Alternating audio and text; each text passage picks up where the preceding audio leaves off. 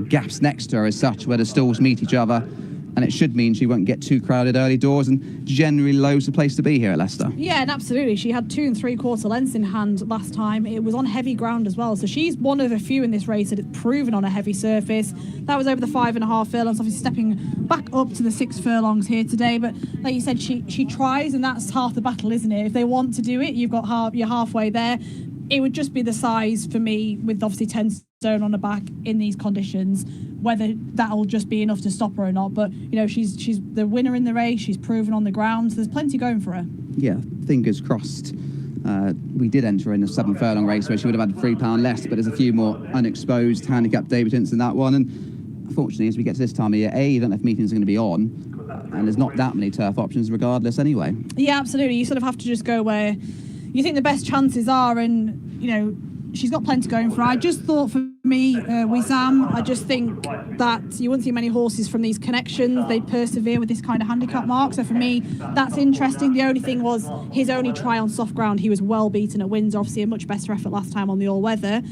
The ground conditions would just be a question mark for him. Yeah, he'll be on the other side of the track to Empress. He's installed 10. 11 is specified. I think similar for her as well. She obviously ran her best race on the all-weather as well, but she's, again, completely unknown on this kind of ground. So there's a few closest in the market to your filly that have question marks, I suppose, whereas she doesn't. The only thing for her is whether the weight's going to bog her down in this ground. Yeah, 85 to 40 then Empress. 9 to 2 Wissam. Nebrook Dream is solid in the market for his handicap debut. Last one going forward. Let's join Anthony Ennis for the call. Thank you, James. Afternoon to you. And Amy, everyone at home as well. Last one coming in. And we are now ready as the scurries away. We're set for the first. And they're off. Jumped away then for the Leicester Racecourse Ideal Self-Hire Wedding Venue Nursery. Racing over the straight trip here of 6 furlongs. And towards the right, Wissam in the headgear is up there. Also the dark blue of Bank on Kent is fairly handy as well. Looking for the favourite Empress towards the left from the low draw in the red and yellow colours. Upsides, Nebrook Dream is racing in the orange silks. Towards the centre of the pack, the yellow cap of Bungle Reigns is right up there too. The red and blue of Up the Ante.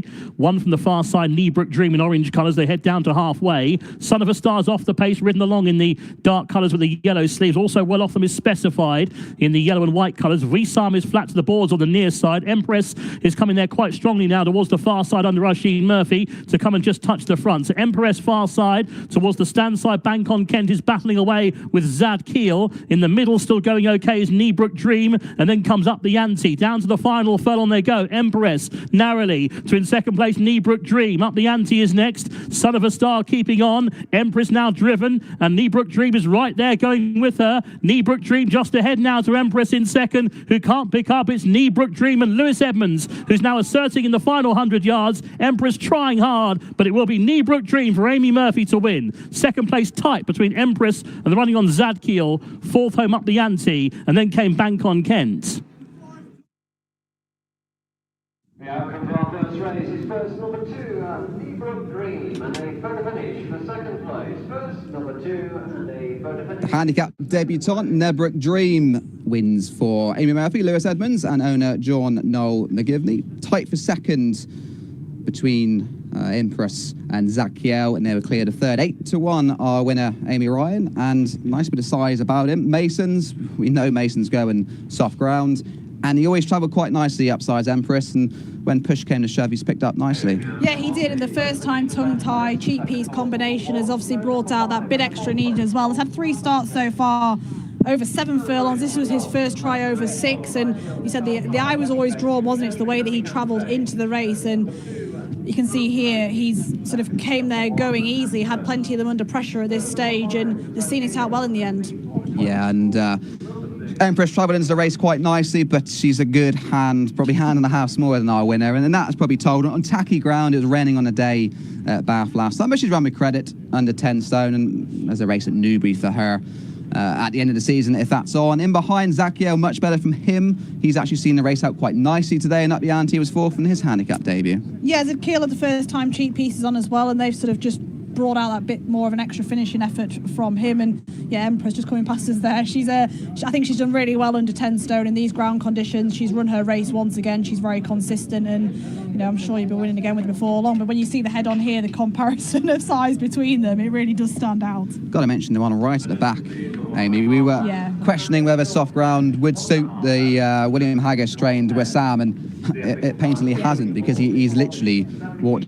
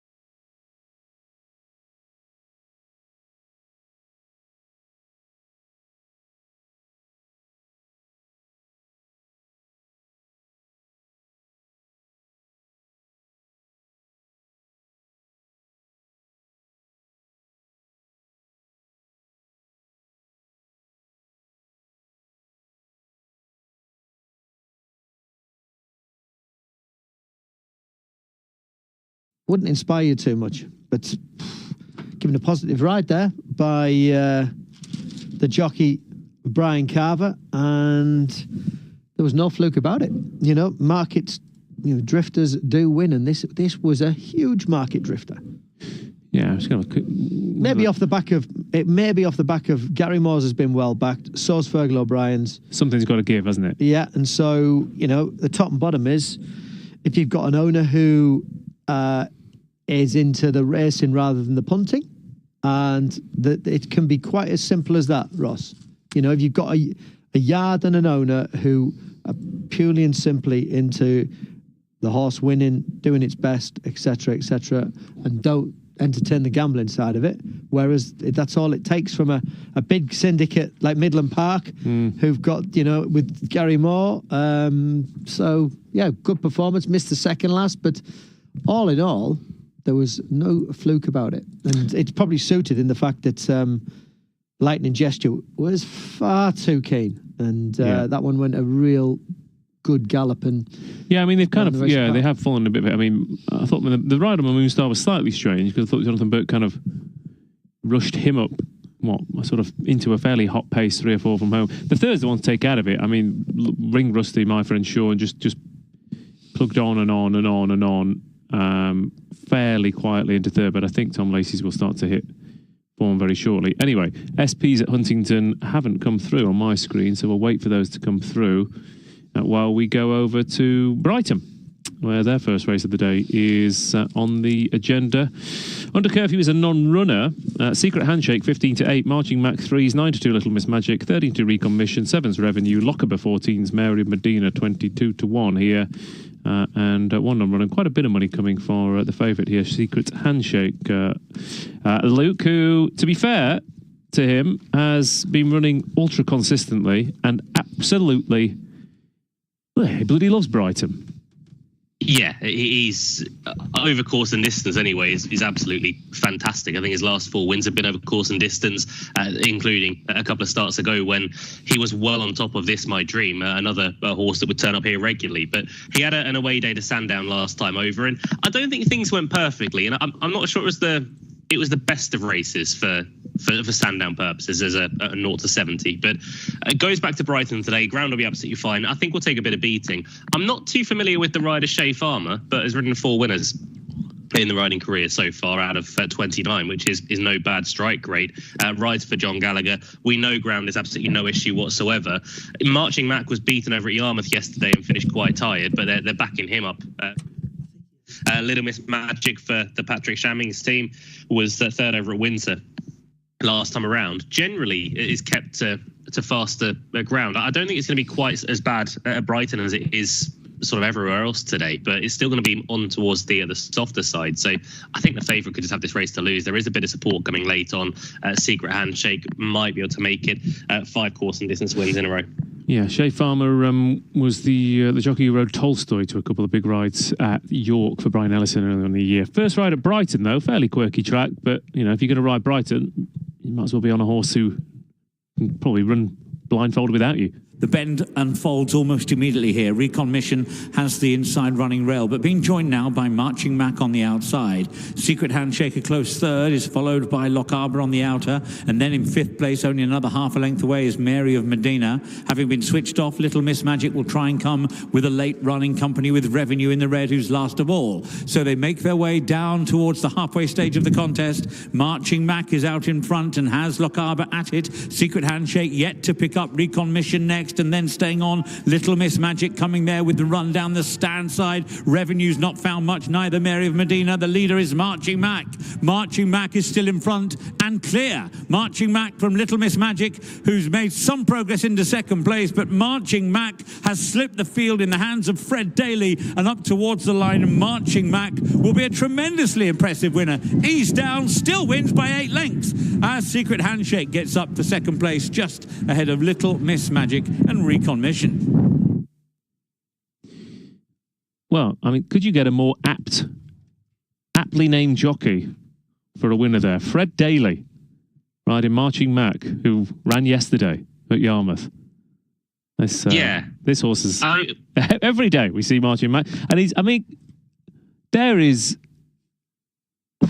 I mean, talk about daylight. Secret Handshake has basically run on into second, almost practically blindfolded ahead of the rest. He's won his own private race, but I mean, wow, that's it's absolutely dotted up. You're not meant to win 5 furlong races that far, or any race for that matter. But the handicapper, I hope he doesn't go crazy on this, because this is just a good day for Marching Mac. Yesterday he finished quite tired. He came into the race travelling well over at Yarmouth, and seemingly that blew the cobwebs away. But he's ran far, far better today. He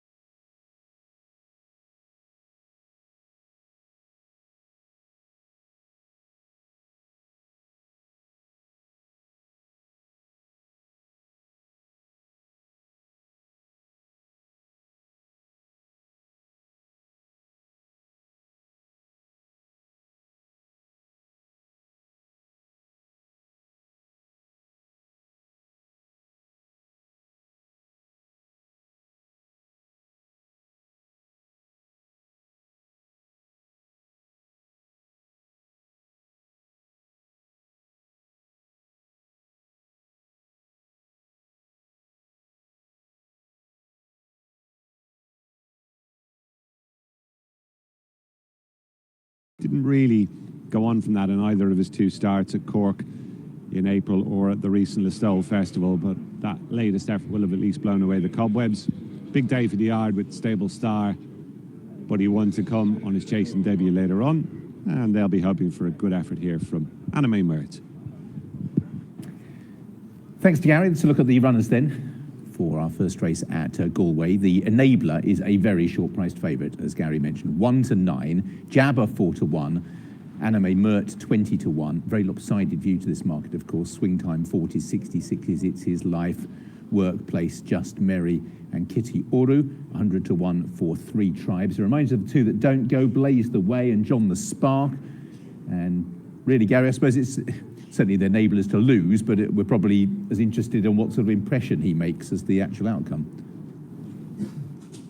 I think that's fair, Richard. Yeah, I really liked him last season as a bumper horse. He's smashing physical specimen as well. You can see why he fetched the sort of price he did. That point-to-point he ran in actually contained 3 nice horses. The winner, I think, is with Nicky Henderson these days, and was a bumper winner last season. Just a little bit on edge. Red Hood in the preliminaries, as we saw there. Jack Kennedy looks as though he's going to take the bull by the horns here and make the running. No surprise whatsoever on that score, and it will be disappointing if he fails to win this pretty comprehensively. That said, Jabbar is no slouch, 80 rated flat performer, and again the Enabler just showing a little bit of reticence there before we get underway. Our commentator here is Jerry Hannon. Thereof, in the first of the day, the Toad Maiden Hurdle over 2 miles, 9 flights to jump. It's the Hot Pot, the Enabler, who takes them on to the first, leading Jabbar. On the outside is Workplace, followed by 3 tribes. And down there, Just Merry, badly hampered in the process, Swing Time. As they turn at the top of the track, up okay is Philip Enright. It's the Enabler in front from Jabbar and Workplace, breaking the field. As they come downhill towards the second flight, 3 tribes. In the stripes, it sees Life, and then Anime Mert. Swing Time last but 1, and Kitty Oru trails the field. Heading for the second flight on the approach to the straight, the leader is the Enabler from Jabbar. On the outside is Workplace. They come uphill to the second flight. It's the Enabler into it, with disputing second place, Jabbar and Workplace. Good 4 lengths clear of 3 tribes, and then it's his Life. Swing Time round the outside of Kitty Oru and Anime Mert. Into the straight they come to flight number 3, the flight that'll be the last one next time. It's the Enabler. Hurdling fluently from Jabbar, Workplace. 3 Tribes next, and it's his life. Swing Time on the stand side, and then Anime Mert and Kitty Roo. Tightening up a bit as they come up to pass the winning post. It's the circuit to race. And it's the Enabler and Jack Kennedy by a couple of lengths to Jabbar, Michael O'Sullivan. First and second favorites are followed by Workplace, Liam Quinlan over the fourth, taking them towards the halfway stage.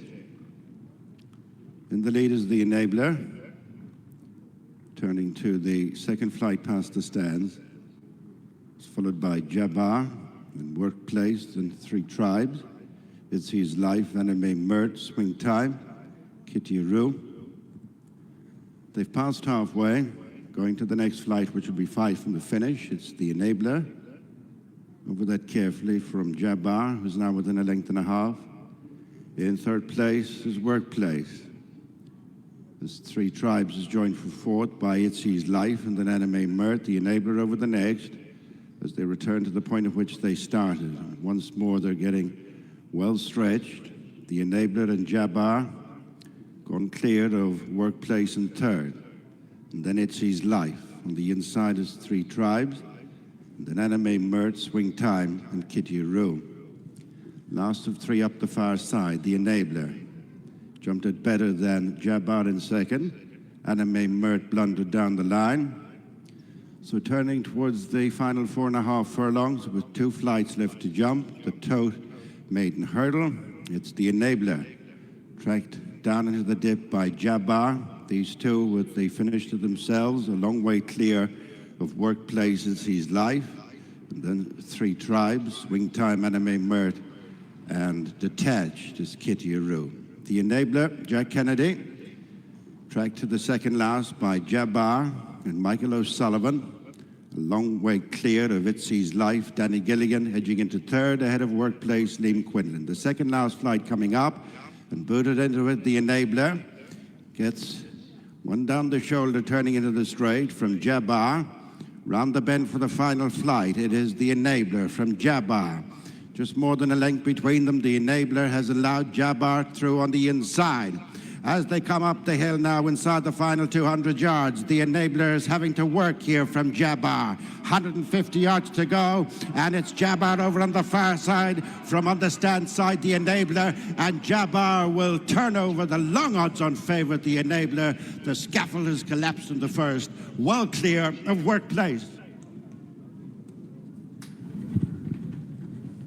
And there we have it. It is a bit of a turn up here in the opening contest. The Enabler looked a difficult ride for Jack Kennedy, and he's been turned over by Jabbar, the 80-rated flat performer, who has picked him off under Michael O'Sullivan. Driving rain here at Leicester, and it is Princess Inga who leads a length clear to in second place on the near side, Summer of Light. Behind those ridden along now is Paulie 2 Lockers, moving quite well, Unforgettable Bell in the sheepskin noseband towards the far side. The leader, though, is not stopping. Princess Inga by a length and a half to Unforgettable Bell going off in chase. Summer of Light back in third. The other 3 are all struggling as they head down with still over a furlong and a half to go. In the centre, the orange colours, Princess Inga. Far side now, Unforgettable Bell is getting on terms in the light blue for Lewis Edmonds. And here comes Unforgettable Bell. Near side, Summer of Light not done with yet. Inside the final 150 yards, Unforgettable Bell is now going on inside the final half to in second place, Summer of Light. Princess Inga getting tired. Quick double for Lewis Edmonds, though. Unforgettable Bell wins for Alice Haynes and Midland Park. Summer of Light second.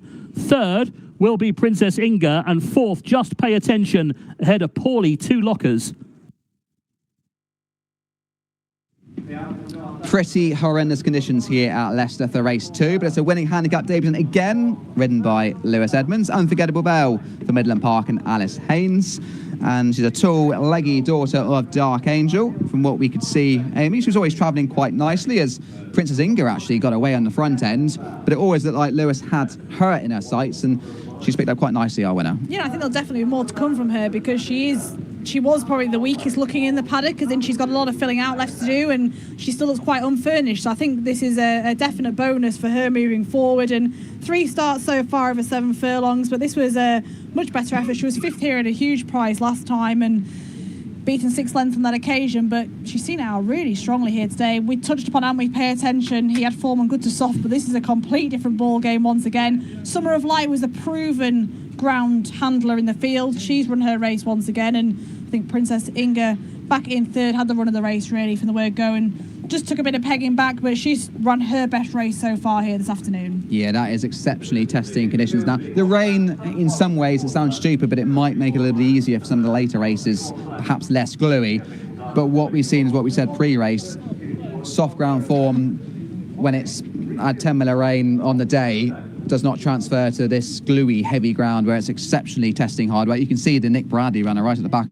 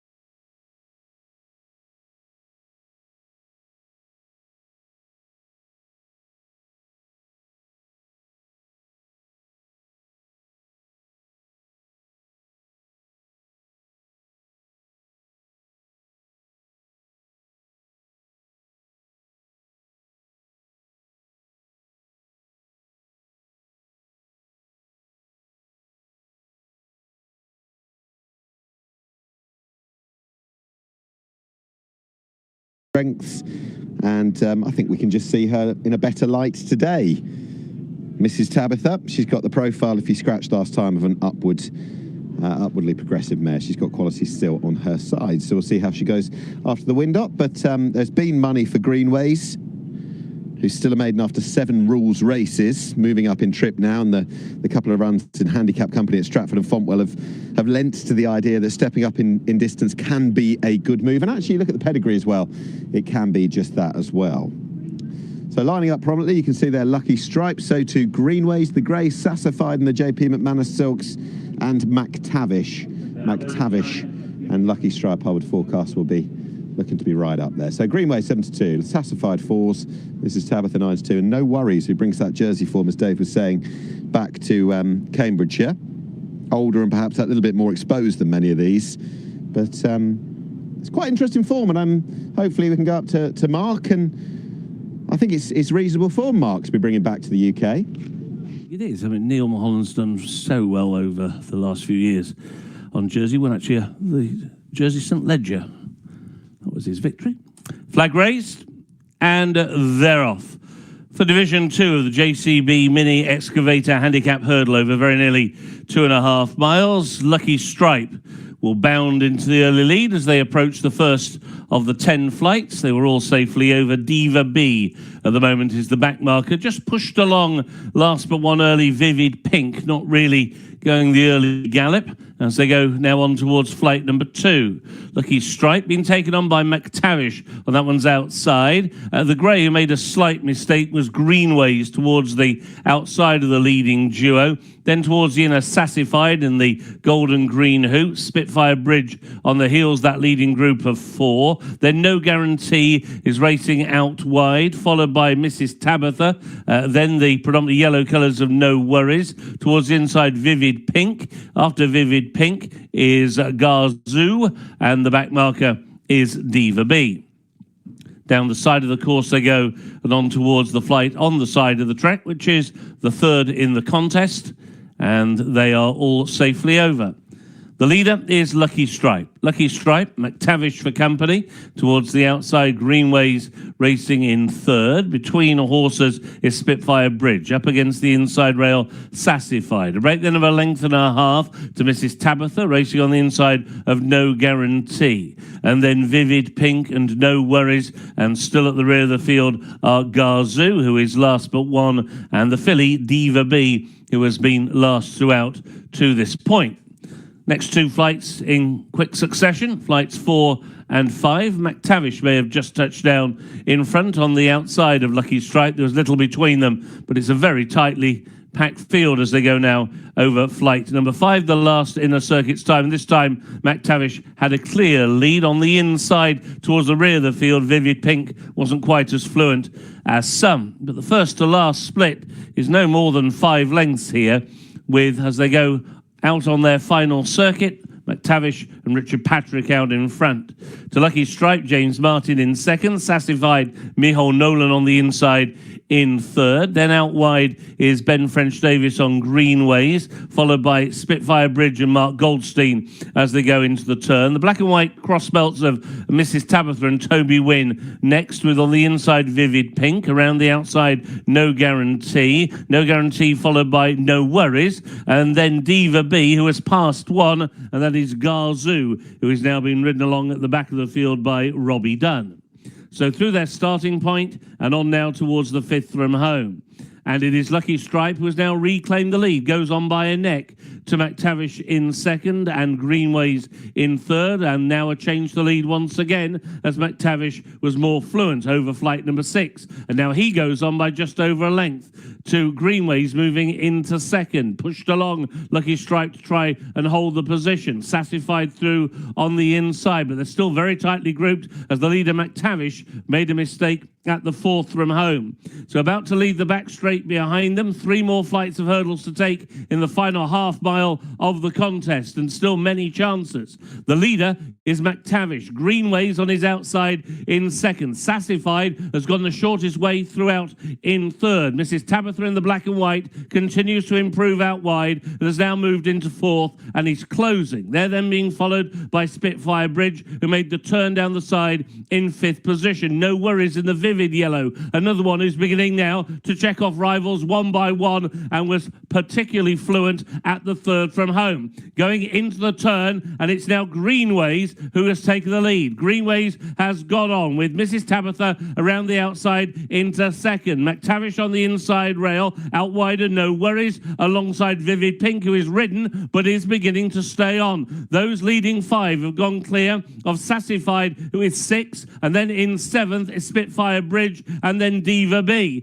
Down towards the 2nd from home. Greenways tackled now by No Worries, crashing out through the wing. Mrs. Tabitha went in 3rd. They're now racing down towards the final flight already inside the final furlong. No Worries has taken the lead, goes on by 2 lengths over the final flight to Greenways in 2nd, Vivid Pink in 3rd, but the Jersey Ledger winner now wins over hurdles at Huntingdon. No Worries in front. Vivid Pink in 2nd, and Greenways was 3rd. Yeah, bringing that Jersey form back and showing what it's capable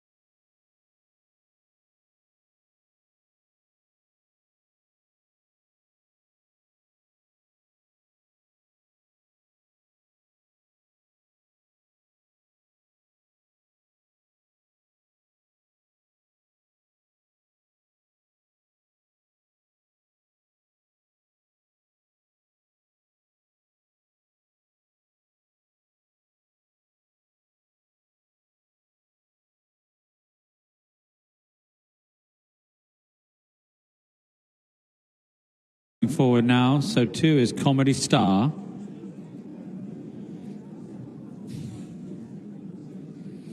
Pathetic Fallacy moving forward, and that'll leave just 3 out of line. Majestic Heights, Havana Club, and Rationale.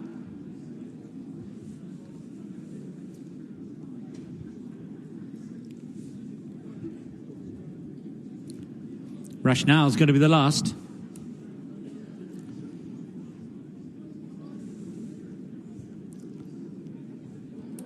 Really rearing up there is Comedy Star. They're off and racing, jumping away. So Comedy Star played about a bit in the stalls there and was slowly away as well. Zuzenda being chased up early on and is a long way back. They head then down the hill in this Sky Sports Racing Sky 415 nursery. Mount of Gold disputing the lead with Rationale. Rationale in the change of colour, now in the blue with the black stars on the sleeves. Just in behind those, Me Tarzan. Me Tarzan followed by Shadow River, who's in behind Holbrook. Both of those race on the rail, racing next to Havana Club. Majestic Heights now making a forward move on the outside. Samujana's in the middle of the pack at the moment. Cassandra Alexander just behind that one, then Galette. Kilteel is well off the pace as things materialise down the hill. So too is Pathetic Fallacy and Comedy Star, and Zuzenda showing no signs of getting involved at all. And now Majestic Heights has come to the front. On the outside, though, that's the stand side as we look down at the track. Havana Club trying to get going. Me Tarzan is there. Staying on now from the back of the field, Galette, and also Kilteel's beginning to pick up a bit with Cassandra Alexandra. We'll be watching for those closers. They include Samujana as well. But it's Majestic Heights still narrowly out in front from Havana Club. Me Tarzan's in behind them. Cassandra Alexander, then Kilteel, who didn't find much at all. Majestic Heights seeing it out here under Joe Levy. Majestic Heights up towards the line. Majestic Heights is the winner by a couple. Second place, Havana Club. Me Tarzan came next ahead of Cassandra Alexandra.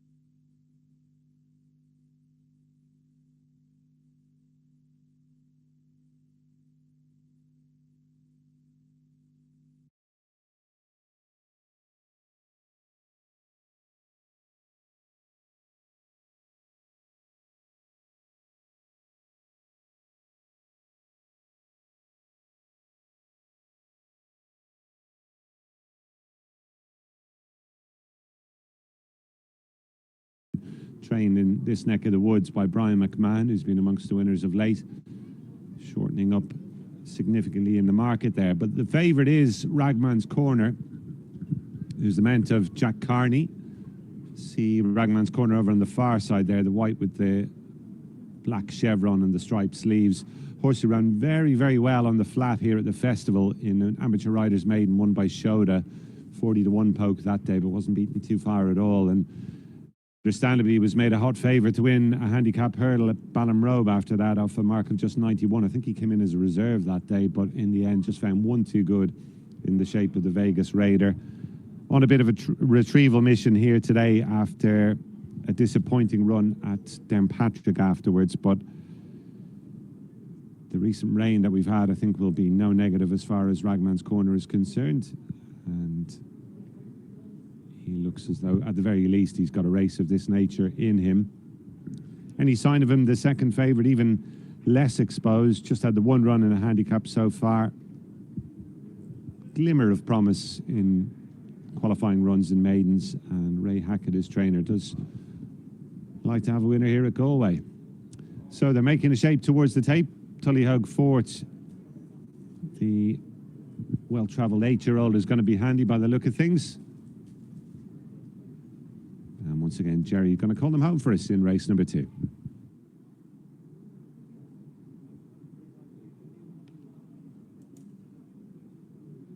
White flag raised.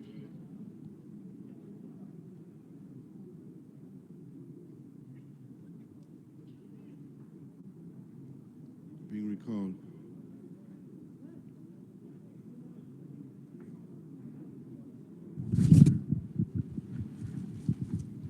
So failing to go with the first attempt here, but fortunately none of them got very far. Quite a bit of local representation in this one. The horse who's taking longest to go back behind the tape, another one is trained in Galway Road to the Weir. That one fitted with a tongue strap for the first time today, the mount of Alan King. Bella Be Good is the jockey change in this. If you were watching the coverage at Fairyhouse yesterday, I'm sure you'd have seen Kieran Buckley had a nasty fall, and he's given up the ride on Bella Be Good here. Owen Walsh takes over in the plate on that one. It's a 12-1 shot as they come in again. Hopefully no problems this time. That off second time, the Galway handicap over 2 miles and 9 flights, and his Tullyhogue Fort leads them on the approach to the first. From any sign of him in between horses is Bowgate Street.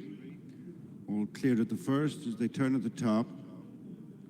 Snow to gather stride as the top weight get it right. As Tullyhogue Fort goes on by a length and a half to Bowgate Street, and the third is Road to the Weir, who's followed by any sign of him. Grieve is next. Hurricane Honey is on the outside of Ragman's Corner, followed downhill by Destavel, and then Bella Be Good. County Champs, Lars Lass, and Get It Right. They're in the dip and heading for the second flight. The leader is Tullyhogue Fort from Bowgate Street Road to the Weir, any sign of him, followed by Hurricane Honey and Grieve on the inside as they eye up flight number 2, over which the leader is Tullyhogue Fort from Bowgate Street, disputing third, any sign of him, and the Road to the Weir, and on the raid is Grieve, and then Hurricane Honey and Destavel and County Champs, and Ragman's Corner, Bella Be Good, Get It Right, and Lars Lath. Round the bend for flight number 3 and the last one next time. In front is Tullyhogue Fort from any sign of him, nudging into second place ahead of Bowgate Street, and then Hurricane Honey and Road to the Weir, and Grieve next, and Ragman's Corner, County Champs alongside. And then Destavel, the back 3 are Bella Be Good, Get It Right, and Lars Lass. Very well grouped. Going towards the 4th flight away from the stands, and it's Tullyhogue Fort and Paul O'Neill just leading. Any sign of him, Liam Quinlan, third a length back, Bowgate Street and Darragh O'Keefe. And then Road to the Weir, Grieve, Hurricane Honey next as they head for the halfway stage. Making this turn, bringing them up the back straight, it's Tullyhogue Fort leading any sign of him, Bowgate Street, then Hurricane Honey. Shading the 4th from Road to the Weir, and then Grieve and Ragman's Corner and County Champs and Destavel. Bella Be Good is 2 behind, Get It Right, and Lars Lads. On to flight number 5. Just over 7 furlongs from the finish. Tullyhogue Fort is joined now by Bowgate Street, who presses ahead, and then any sign of him. Contesting the 4th, Road to the Weir, Hurricane Honey and Grieve, ridden along away from that flight, County Champs. As Bowgate Street goes on by 3 parts of a length to Tullyhogue Fort, any sign of him, and then Road to the Weir and Hurricane Honey and Grieve next, and Ragman's Corner, County Champs. Destivel is now pushed along, and then Bella Be Good, Get It Right, and Lars Lass. Final flight up the far side. With over 5 furlongs to go, quite a run to the second last, and it's Bowgate Street up top from an improving Hurricane Honey on the outside. Of any sign of him, knocked back on the rail in the 4th, Tullyhogue Fort, and then Road to the Weir. Ragman's Corner is edging closer, white and black colours on the outside. They're followed by Grieve, Bella Be Good, County Champs, Destavel, and then Lars Lass and Get It Right. heading towards the final 3 furlongs with 2 flights to jump, and it's Bowgate Street the leader. Bowgate Street followed by Hurricane Honey. Ragman's Corner is continuing to close on the outside of Tullyhope Fort, and then Bella Be Good over the second last, and it's Bowgate Street turning back for home in a lead of less than 2 lengths from Hurricane Honey. Still closing round the outside is Ragman's Corner, and then Tullyhope Fort and Bella Be Good. In they come for the final flight. Bowgate Street, Dad O'Keefe, about to be challenged by Ragman's Corner. Jack Carney on the outside. It's these two up the hill now. Gone on from Hurricane Honey, and then Tullyhope Fort and Bella Be Good. Inside the final 200 yards, Bowgate Street and Ragman's Corner are together. Out in front of Hurricane Honey, just over 50 yards to go. It's head and head here. Ragman's Corner and Bowgate Street. Ragman's Corner, Bowgate Street, a gap to Bella Be Good and Hurricane Honey.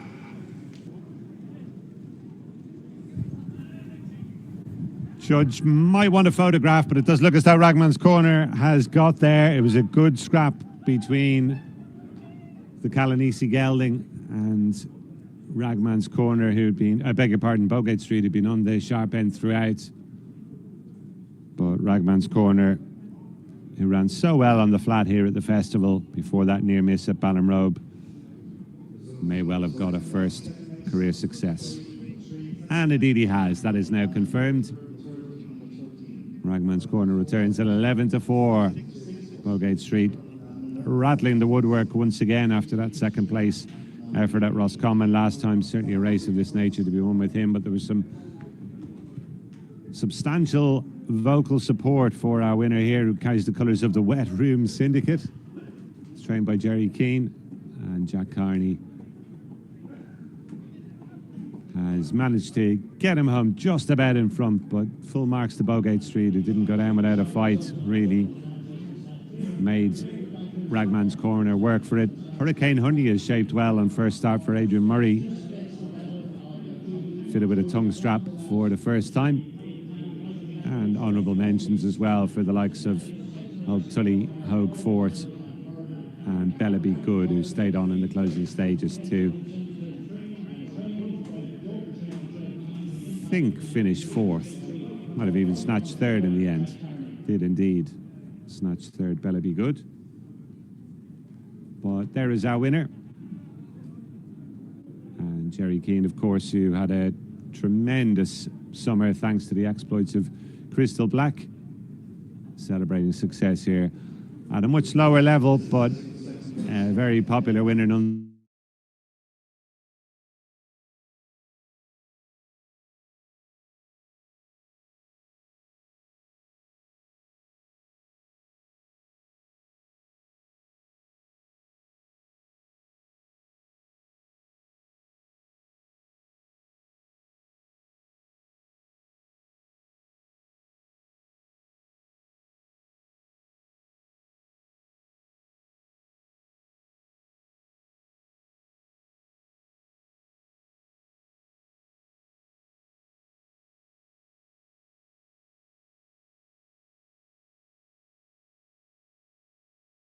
You get often at the end of the season or right at the start of the season, and I say soft heavy ground form in the book may not actually transfer to what we're facing today here at Leicester. Strong in the market is the daughter of Threat. This is Kathleen Mary, who, like Louisa, was bred by Tubley Park, but they let her go for just £1,500 picked up by the owner, and she wasn't a bad type, was she, in the paddock? No, she wasn't. She had a bit of size about her. She did have a sheet on for a fair way of it, so it was hard to really get a really good guide of her, but a cheap purchase. Her dam was useful herself, so she's a first foal. She was quite big, I thought, for being the first foal, but yeah, she took it all in a stride. No negatives for her in the prelims, but I do agree with you. I think the two at the top of the market definitely looked probably the most ready for today. They were the smaller types that did look fit.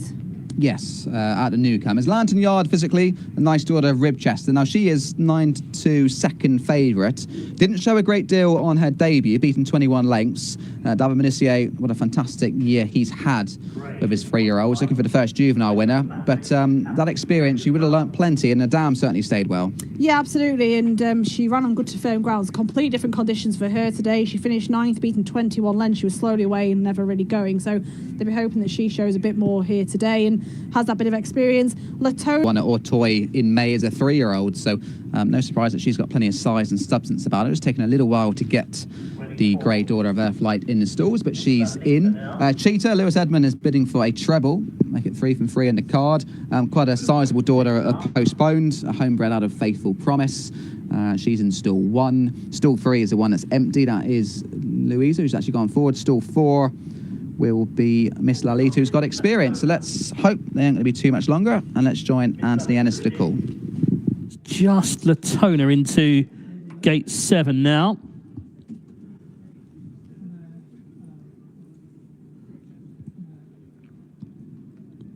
Here she comes for our third race to complete the line. Latona in, and they're off. Jumped away, a bit slow to go was the grey Wondrous Light, and also missing it was Kathleen Mary in the light green. This is the British European Breeders' Fund Restricted Maiden Filly Stakes. One that broke well with a white face is Rosso Levanto on the outside for Oisin Murphy, and she is going into the early lead by a couple of lengths. So Rosso Levanto is going into the lead by 2 to Miss Lalita, who's going to race in second place as they head down the far side and now turning towards the side of the course. And the leader, Rosso Levanto, sets the pace by a couple of lengths here. So in second place, that is Miss Lalita. Racing next in the field on the outside, that is in the maroon and beige colours, that's Personal Best and Rob Hornby. Back in fourth on the inner in the grey and pink is Cheetah, then the red, white and blue of Louisa, and they're followed by the grey Wondrous Light on the inside of the Diamonds of Lantern Yard. And then further back is Kathleen Mary in light green. The white face of Latona is a bit wider out. The back marker, Advertorial, being chased along too by Safi Osborne and gets a reminder in the red and white. So in line for home, passing the 3. Leader travelling well still for Oisin Murphy. Rosso Levanto is a length ahead to in second position Personal Best. Out wider, Louisa now is asked for a bit more in the red, white and blue. Towards the inside, Cheetah is still there in third place. From the back, making ground, Latona in eye-catching fashion towards the outside, but the leader is still Rosso Levanto. Blue colours, horse with the white face, passes the 2 with a length and a half to spare over a driven along Personal Best in second, who is trying to close the beige cap, and then the grey sticking on well is Wondrous Light to the outside. Latona. Rosso Levanto's been headed now by Personal Best. On the outside has got on. Rosso Levanto now looks in trouble. It's Personal Best who's going on. Running into second place is Wondrous Light, but Personal Best for Johnny Portman, Hot to Trot Racing and Rob Hornby are your winners. Personal Best second, running on well, Wondrous Light. Rosso Levanto got tired, finished third. It's close for fourth between Latona and also Cheetah, who shaped well. 2 of the bigger substantial fillies have come to the fore. A 1-2 for Johnny Portman as Personal Best beats Wondrous Light. Back into third was Rosso Levanto, who was very professional on debut, but just got found out by 2 bigger ones in the closing stages. And Johnny Portman's going to be absolutely delighted to get a 1-2. Absolutely. I mean, they were 2 of the biggest fillies in the field, both bred for a lot further. And I think probably the ground conditions today, they've needed to really stay, and they both are bred to stay. And you can see the knee action on both of them. They've both relished these conditions, haven't they? But a good performance for the winners. She's won easily in the end, hasn't she? A daughter of Time Test. She was the only one making a bit of noise in the paddock, but she was just a bit lonely out in front. She wasn't getting wound up or anything, but she stayed on strongly up the hill, as has her stablemate Wondrous Light. And back in third was Rosso Levanto, who has again ran well, just got a bit tired late on. Yeah, and she looks fit in the paddock. She knew her job. I think a mile in these conditions are just very grueling. Yeah. She'll be fine at a mile if they go again in the autumn. But the 2 staying pedigrees have come to the fore. Time Test will beat an Earthlight, who's actually related to her, the winner. The one I quite liked, Latona in yellow and white. I think she might have sneaked 4th or 5th in the end. She's definitely one to keep an eye on next time, isn't she? Because nice bit of progress. She made a lot of ground up a long way out, and probably sort of ran her race before the race really developed, and she's definitely one to keep an eye on. She's actually coming past us jig jogging back in, so yeah, she's definitely one I think to keep an eye on next time. She's made up a lot of ground from the back of the field, but I mean, they're coming in absolutely splattered in mud, aren't they? So it's going to be really testing conditions, and interesting that the first 2 are bred for much further. Yes, and both of them, the dam of the winner ran over jumps, won over mile 6 for Johnny Portman, and as I said, the half-brother to Wondrous Light won at Auteuil in May. 1-2 for Johnny Portman, and also the 3 that had run filled the last 3 places, so it might not be a bad race.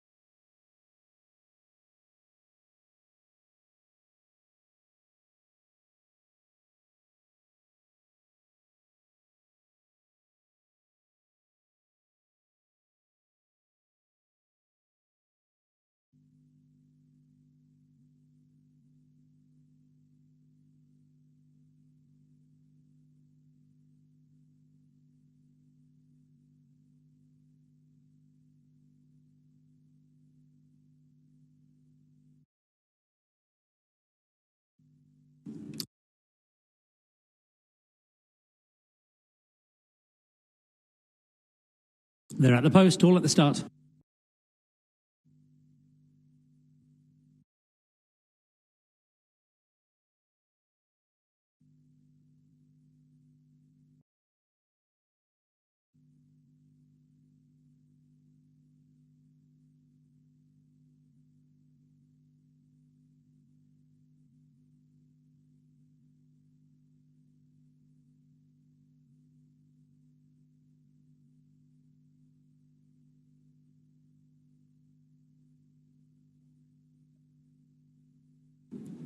So they'll be loading shortly. Dalmally remains favourite at 6-4, 100 to 30 Twilight Moon, 4-1 Gold Hill, and Epimeteo is now 6-1, Dapper GG at 7.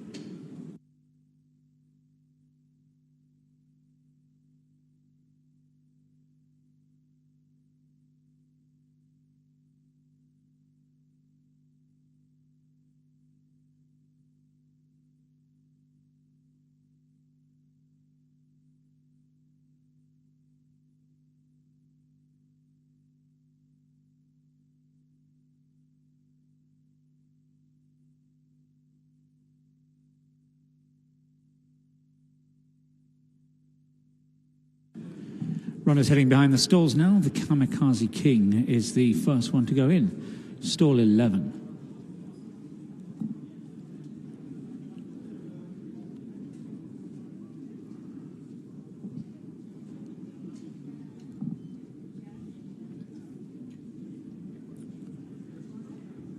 Here is Rath Kelter.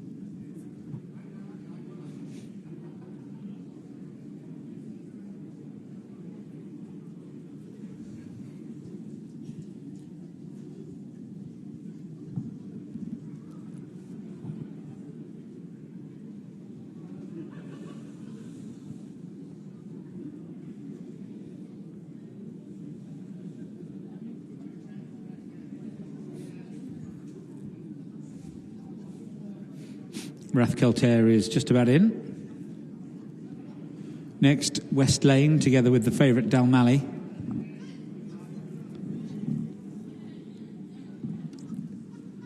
And also to come forward now is Gold Hill.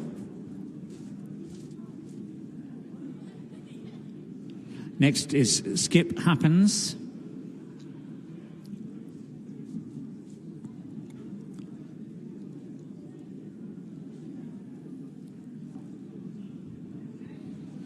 Batman's Boy next. Twilight Moon, poised to go into stall 2. Next, Sydney Whistler. Epimeteo. Dapper GG is out the back still.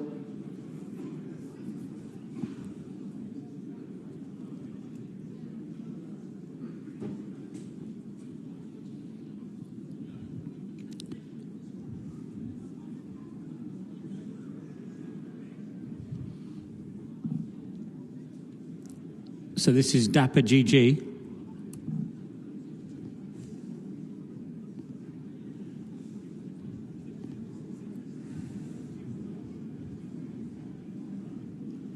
Dapper GG is in. That's just about that. And they're off and racing. It was a fairly unfortunate start, I think, from stall number 6 for Dapper GG. He sort of propped forward, his head was down and didn't get the best of starts. However, he's quickly in touch, if now racing a little bit keenly next to Gold Hill. They're mid-division, those two, as Twilight Moon settles down at the end of the first furlong to lead from Batman's Boy and Skip Happens, who's right up with the pace as well. Then towards the inside, West Lane in the blue and white colours is racing with Gold Hill, and then still a bit free, Dapper GG in 6th position, has got competitive though after that awkward and unfortunate start. To the outside, the Kamikaze King is being bustled along, so too is Sydney Whistler on the inside under Joe Levy. Dalmalley's further down the field, travelling okay, but only has a couple behind, now starting to make progress into the bend. Similar story really for Epimeteo, that one now starting to stay on as well, right in behind Dalmalley. They're coming wide on the track, so slight difference of opinion in terms of where to race here. Twilight Moon, the leader towards the far side, Dalmalley being produced to come alongside, just hanging in slightly in behind. Widest of all, Epimeteo still staying on, followed by Gold Hill, who hasn't given up the chase yet in 4th position. Dapper GG now looks well held as they race uphill to the final furlong. Up front, Twilight Moon with Dalmalley almost upsides now. Epimeteo stands side back in 3rd place. Dalmalley comes through to Dalmalley won a length from Twilight Moon, who held Epimeteo for 2nd place, and further back, Gold Hill was 4th.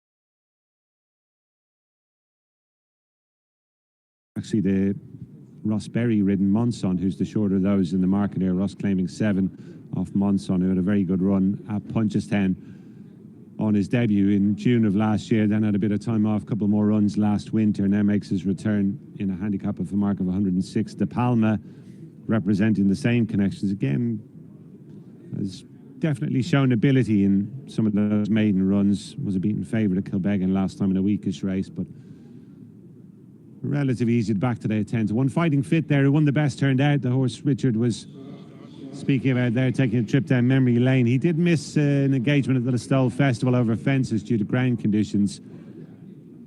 It was soft to heavy, I think, by that stage of the week at Listowel. So conditions much more in his favour here today. He is a course winner here. He won at last year's festival, did Fighting Fit, but was down the field behind Samoa in what I think was the corresponding race at this year's renewal. Charlie O'Dwyer takes 5 off his back.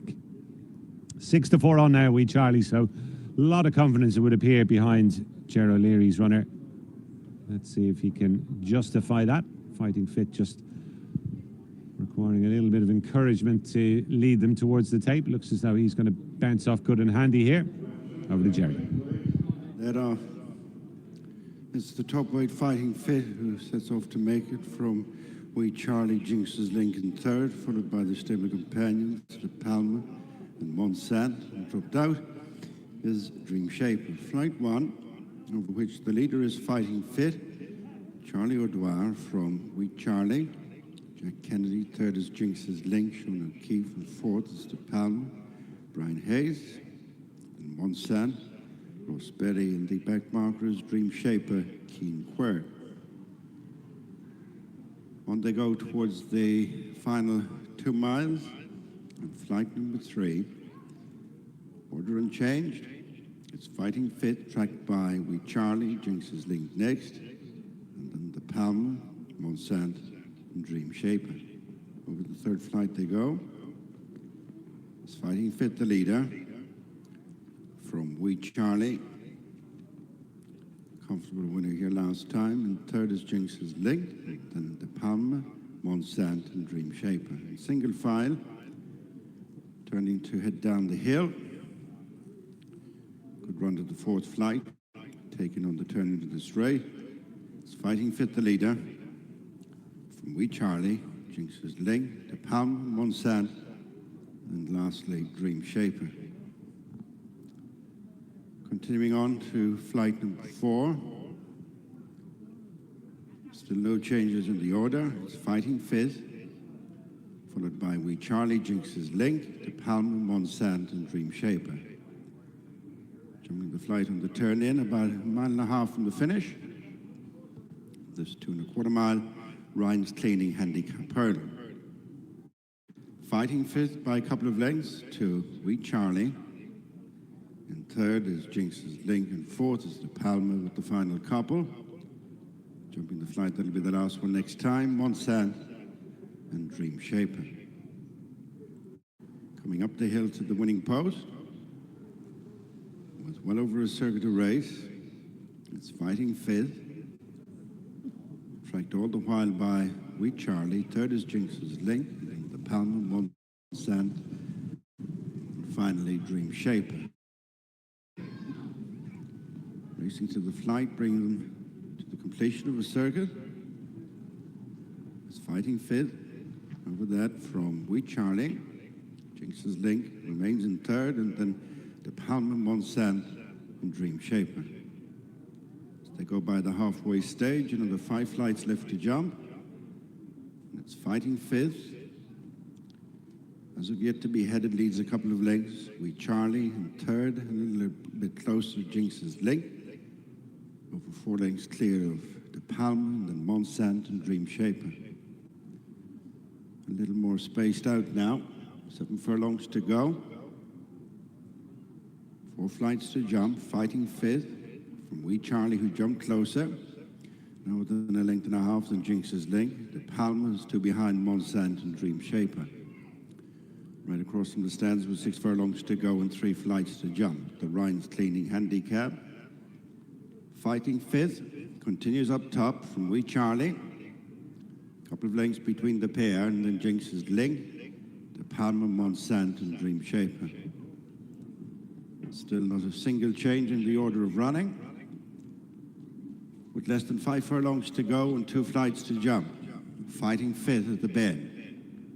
Leads downhill Wee Charlie by 1.5 lengths.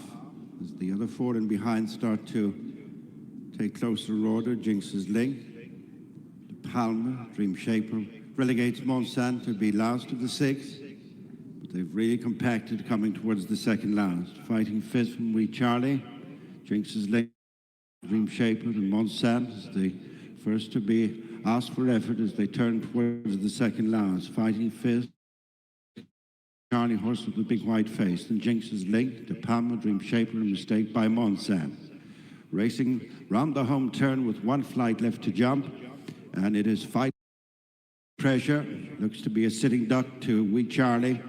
As they approach the final flight, Wee Charlie didn't jump it great, but has raced on ahead of the long-time leader Fighting Fifth, out in front of Jinx's Link, De Palma, Dream Shaper, and it is Wee Charlie who's going to double winners, 3 races in for Gerard O'Leary. Wins very easy again here at Galway. Jinx's Link second, Fighting Fifth third.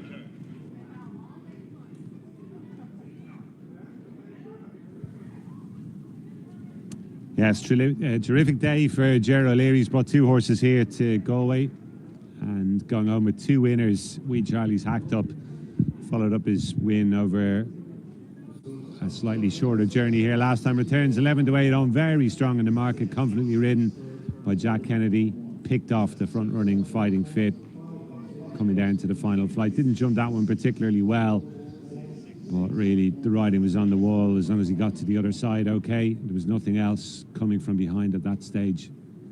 And Wee Charlie clearly in great heart at the moment. Now 3-time winner. Interesting to see how much higher up the ladder he can climb. Jinx's Link has run on in the closing stages to just grab the second spot from Fighting Fit. Showed a bit of enthusiasm on the front end. The one who was second favourite nearly off, Monsant, was well beaten off before the turn in. His stable's been a bit quiet of late. Colin Murphy, no doubt the run might well have been needed, so we'll know a bit more about him next time. Likewise, stable companion De Palma, who fared a little bit.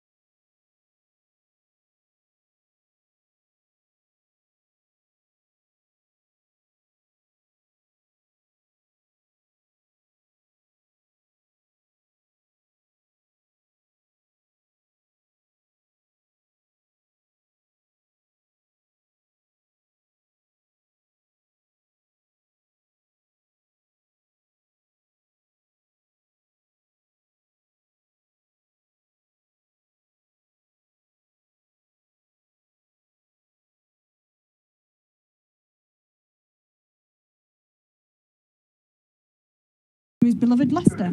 That's John Anthony. And they're off. Jumped away for the Andy Buxton handicap stakes. Spirit of Breeze was a step slow.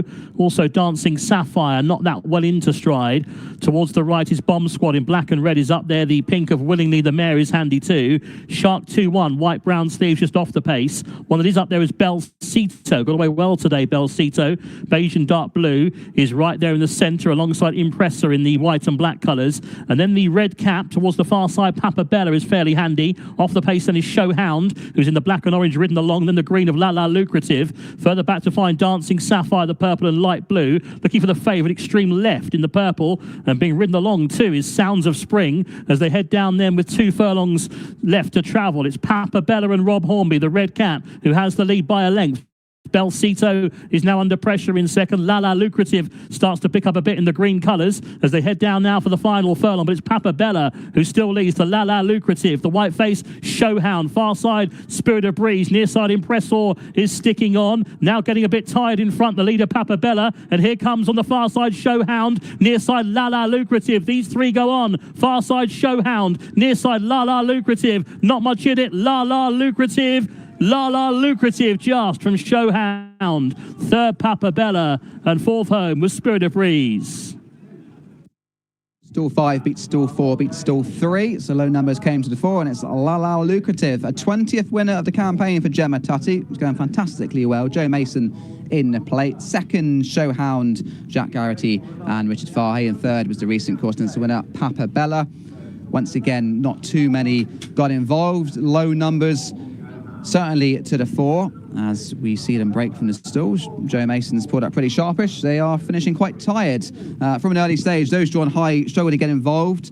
But our winner just tracked Papa Bella quite nicely in the first 3, racing a nice little trio there in the centre of the track. Yeah, son of Profitable, and he's a strong traveller. He was really on his toes, wasn't he, in the paddock, absolutely full of himself. And this is his first win at the 11th time of asking, but he travels strongly behind the leaders, and it's hard to do in these testing conditions, to travel like he has and then pick up like he has. But you can see he wears the hood and he was on his toes in the prelims, but he's travelling easily, isn't he? In behind, Belsito took them along with Impressor. They were up with the 4, along with Papa Bella. Was never too far away either, but he's just got a nice slot in between them, something to aim at, and you know, he's deservedly got his head in front at the 11th time of asking. Yeah, it's pretty hard work. Some of these aren't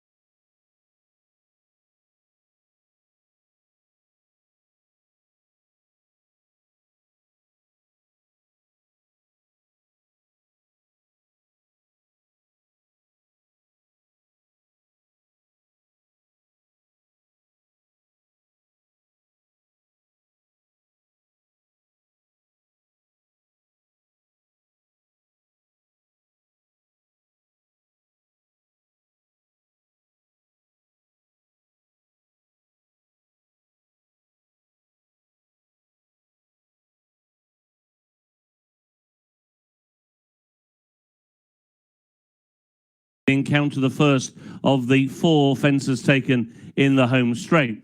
And it is Carton who has now won the battle for the early lead, and he's now gone on himself by 2.5 lengths to El Rio, who races in second. Mix of Clover has now got much closer in third position. Man Insane around the outside to the inside is Cracking Destiny. The green colours of Play to Get Away is between horses. Then Abingworth as they go over the first of the plain fence in the home straight, and a heavy fall there for Mix of Clover, who has hampered and brought down Abingworth. Mix of Clover fell at fence number 6 and brought down Abingworth. They have gone over the fence, which will be the last in a circuit's time, and now they race on towards the newly positioned open ditch. Looks as though both riders getting to their feet. So the open ditch now at Huntingdon in the home straight is taken a few yards beyond where it used to be. It used to be around about here, just after the winning line, but now they go on a little bit further to take the new ditch. And it was Canton who took the lead over that by about 1.5 lengths to El Rio, who crossed it in second place. 2.5 lengths away to Play to Get Away, who moves up on the outside of Man Insane, although Man Insane is still in third. Play to Get Away jumped in fourth. Cracking Destiny is in fifth. And last, the 6 who remain in the contest is Sea Prince. So they've completed one circuit in the JCB Hydrogen Handicap Chase, and they race now on towards fence number 10 of the 16. Carton and Theo Gillard by about 2.5 lengths to El Rio, and Keren Gethins racing in second. Over in third was Man Insane. Man Insane is now around about 5 lengths off the leader, Carton, who takes the mini fence, led there by 1.5 lengths. So it's Carton, 2 in second, El Rio. In third, Man Insane. Towards that one's inside, Cracking Destiny. And then Play to Get Away, and a break of a further 3.5 lengths to Sea Prince. Middle fence taken down the back. A mistake there by Play to Get Away towards the outside. At the moment, very much on the back foot as they go now on towards the penultimate one in the back straight. That was an open ditch, fence number 13. And El Rio moves up on the outside of his old adversary, Carton, once again. And El Rio will jump into the lead over the third from home, but they're still a long way from home. So it is El Rio and Keren Gethins who have now gone on to Carton in second place. About 3 lengths away, Man Insane making the turn down the side in third. Cracking Destiny is in fourth. Play to Get Away on that one's outside, and then Sea Prince. So they continue their journey on towards the turn into the home straight, and El Rio has the lead. El Rio carrying top weight here, and a lead at the moment of just over 2 lengths to Man Insane, who moves around the outside of Carton now into second and third places, and now they race into the home straight on towards the second from home. El Rio comes to 2 out, fiddled his way over it. Carton in third also made a mistake, jumping out violently away to the left over that fence was Play to Get Away. Over the final fence, and El Rio made a shuddering mistake, but he manages to keep his momentum going. He still leads by 4 lengths to Man Insane in second, and it's Keren Gethins and El Rio from the Kim Bailey yard coming home clear to defy top weight in the feature. El Rio in front, Man Insane in second, rallying Cracking Destiny for third, and Carton was fourth. Yeah, that's much more like it. It didn't happen for El Rio when last seen 166 days ago here on Chasing Debut. But the summer, however he spent it, has done him some good and returns the 7-1 winner, and has probably sprinkled that little bit of class on the race. In the end, got into a duel in the early stages, which I think he lost the early stages of, with Carton for the pace. But there was only one of those two involved towards the end. That was El Rio. Shades of what from Ascot back in the spring of 2020.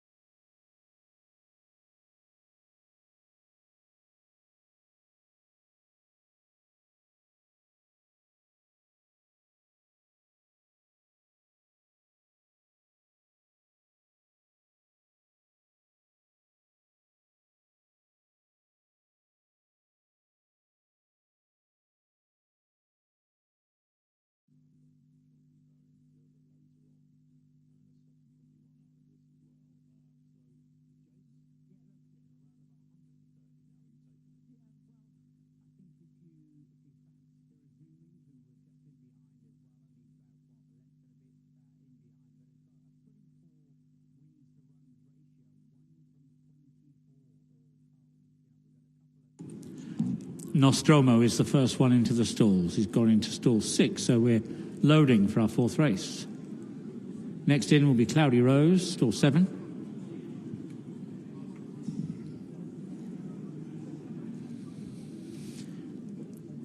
Fen Tiger.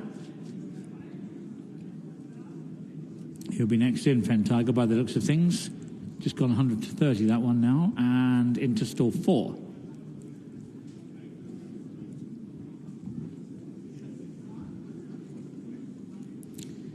The outsider of the party, Temur Khan, next in, stall 3. Irizumi going forward, stall number 1. Kim Chi and Roman Tempest out the back, and now here comes Lago Bay into stall 9.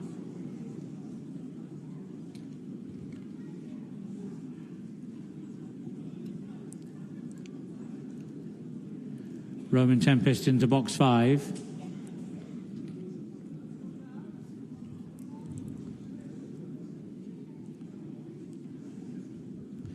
Out the back, we've got Kim Chi and Full Forward.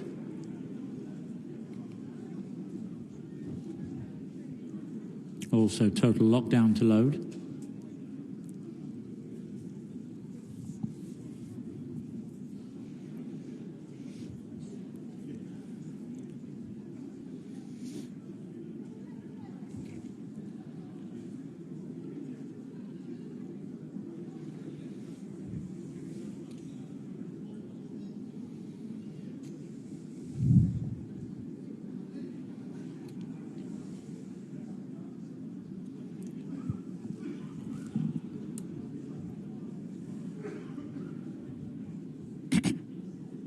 Thank you, David. Last 2 going forward.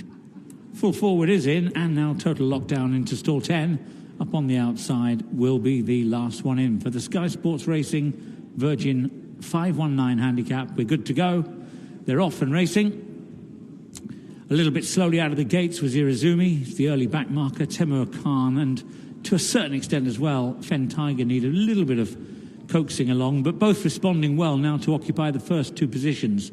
Fen Tiger with the noseband, the yellow jacket of Temur Khan right up with the pace as well. Lago Bay is disputing second place. Just in behind Lago Bay comes Nostromo as they continue to climb up through the first quarter of a mile. Kim Chi's close up with those. And then Full Forward as they make a left-hand turn. Full Forward is racing just ahead of Cloudy Rose, who's towards the inside of Total Lockdown. Roman Tempest at the back. And last of all is Irizumi. Going 2 by 2 then, as they now prepare to swing left-handed again and approaching the downhill part of the run towards the home straight. So Fen Tiger leading still, narrowly out in front from Lago Bay in second. Temur Khan remains third, Nostromo in 4th place. Then comes Full Forward, who's racing next to Kim Chi and Cloudy Rose together with Total Lockdown, and then Roman Tempest. Irizumi's red cap still showing out last of all. Heading relentlessly down the hill then, not at a crazy tempo by any means. Lago Bay puts it up to Fen Tiger now. They come through to dispute the lead. Temur Khan and Nostromo, 3 and 4. Kim Chi and Full Forward are the next pairing, followed by Cloudy Rose, who's still next to Total Lockdown. And the 2 who still occupy the last 2 positions are Irizumi, who is now just ahead of Roman Tempest. Still they are pretty much 2 by 2, swinging round in towards the home straight. Fen Tiger and Lago Bay together. Lago Bay on the outside, Fen Tiger with the big noseband on the rail. Nostromo, blue sleeves, and then the red, white and blue of Full Forward, making what looks to be a promising move towards the leaders as well. Irizumi and Total Lockdown are trying to get going as well. Cloudy Rose comes next. Looks as though Roman Tempest is well beaten. Kim Chi not showing a great deal yet, and time running out. Uphill then, final furlong and a half, and Full Forward has come to go alongside Fen Tiger. Just in behind those is Lago Bay. Lago Bay is followed by Nostromo as Cloudy Rose still stays on. Irizumi is next. Half a furlong left to go. Good busy finish this. Full Forward with Fen Tiger. Cloudy Rose coming alongside. Cloudy Rose and Full Forward hit the line together. They're a tight finish there with Fen Tiger in behind them and Nostromo next.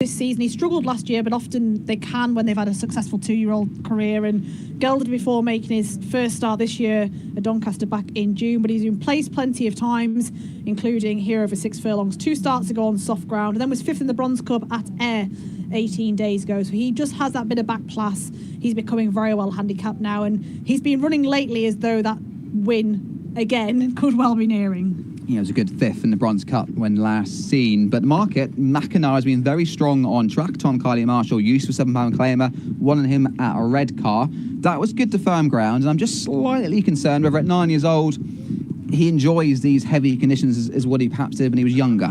Yeah, he's an 8-time winner overall. He's been a real legend for connections over the years and bounced back to winning ways at Redcar a few starts ago. He was then second at Thirst 20 days later, and that latest run at Doncaster came on soft ground and he was well beaten in the end. That was 23 days ago. So on breeding, being by Mason, you'd think he'd want it. He hasn't run on slow conditions for a while now, so they seem to have just been keeping him away from it. So that would be the only question mark with him, wouldn't it? Breeding suggests it'll be fine, and he does have form on it further back in the years if you go back in his form. But just recently, his best form has been on a quicker surface. Cypriot Diaspora, she will love the ground, doesn't particularly enjoy quick conditions. Stall 1 is definitely a plus for her, as low numbers, as can be the case, have dominated our 3 races on the straight track so far. They are starting to load quite quickly. I thought Hedge Funds was definitely dangerous, but he's looking a little bit fresh in behind the stalls there. Lewis Edmonds bidding for a treble on the Leicester card. We've got 2 more left to go forward, and it shouldn't be too long. The other one is Sergeant Pep, who needs to break on terms. He didn't in the Silver Cup. Let's join Anthony Ennis for the call. Thank you very much indeed, James. Yeah, just waiting for the last 2 now. Sergeant Pep will be the last one. I think they've got Hedge Fund in, almost. Now the last one's in. Sergeant Pep completes the line for our feature race today. 5 furlongs, and they're off. Jumped away over 5. Bit awkward leaving the stalls was Stone Circle for the Everard's 175th anniversary handicap stakes. On the right, So Smart got out briskly and leads in the cheek pieces and noseband, the white and green colours. The Riddler in the red colours is Handy. Mackinac pays the dark blue. The light blue of Sergeant Pep is buried away in midfield. The extreme right, that's Isle of Lismore, yellow sleeves and cap. The spots on the sleeves towards the far side of Hedge Fund, also in yellow, is Handy. Then comes Cypriot Diaspora, the white cap.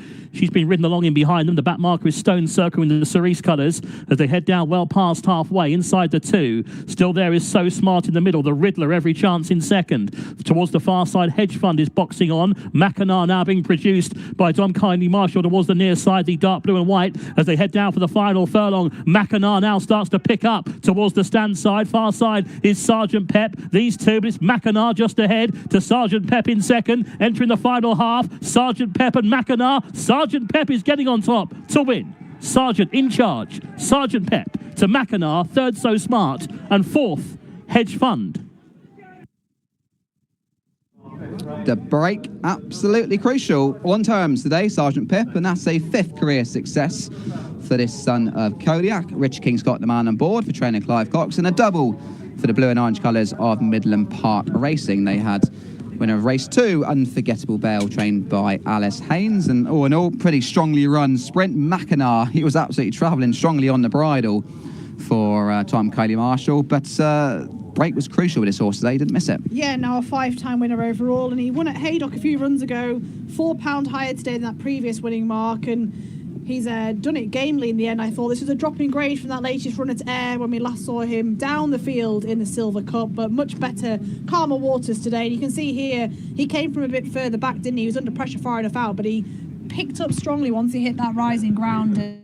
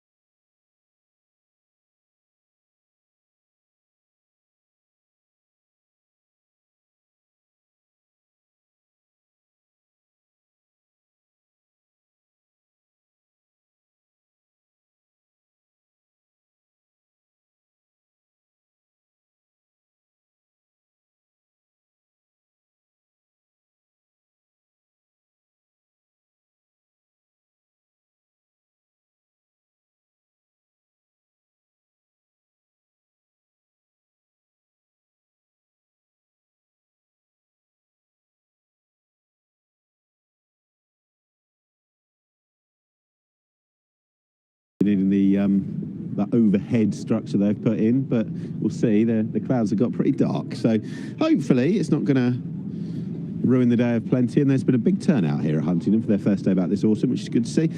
It's an open-looking race. It should be as well. When you look at the competition on show, Kite Surfer 7-2, Ballintubber Boy, who I did back 9-2 and has been clipped in a couple of points from earlier, looking to make it 3 from 3 at the track. Clara Rose brings a lot of consistency, 9-2, and is actually 2.5 points shorter than Stands the Man. But there are quite a few interwoven form lines going on. As mentioned, Ballintubber Boy, who won this last year, won in the spring, beating Edison Kent, beating the lesser exposed at the distant Planet Legend, who I thought had reasonable claims. Clara Rose has got that form to turn around with Stands the Man from when they met just a couple of weeks ago at Warwick. So they're going to do battle once again. You go Katuaba, who's 17-2. Katuaba, who so much was talked about that performance last time, but not for the right reasons, was booked to go and win the race, only for what happened with Elizabeth Gale and mistaking the winning post. £6 the rise for Katuaba, who would have been a nailed-on winning that day, but much has been talked about that since. And Dave Neverson fancies the horse to win this time around. So at the top of the market, it is now Ballintubber Boy 4-1. Coming back to Huntingdon, clearly no bad move after the run at Galway, which wasn't too bad at the Galway Festival when last seen. And then you go Kite Surfer, a dual winner over Timber this summer, barring a fall at Uttoxeter 2 starts ago. Where you go, you scratch that, and you've actually got a winner in 2 of the last 2 completed starts. It's gone up £6 from last time. I think there should be plenty of pace to target, carry the horse into this and get into a real tempo around here. And assuming he jumps all okay and doesn't make mistakes, he can make his presence felt. Ballintubber Boy made near enough all the running to win here twice last season. Katuaba can certainly kick on from the front as well. So even though we're talking about a marathon race run north of 3 miles, it should be a reasonable clip. And it's a market that changes fairly frequently. 4-1 the field, but we've got new market leaders, or a new market leader in the form of the late money coming for Ballintubber Boy. So even the fact that we haven't got a Charles Street or 45 Fortune, which we knew some way out, it's still a race of considerable interest. Clara Rose, horse 8, has got the stamina, has been going very well through the summer, mark of 109. Harry Skelton saw Sean Bowen having a winning earlier, and he's got the ride on Clara Rose. Cheap pieces on for the first time. She's bringing form into this of consistency, and I know she's 2.5 points shorter that withstands the man. I didn't think it was complete nailed on that she'd reverse the form, but the market thought so, or thinks so.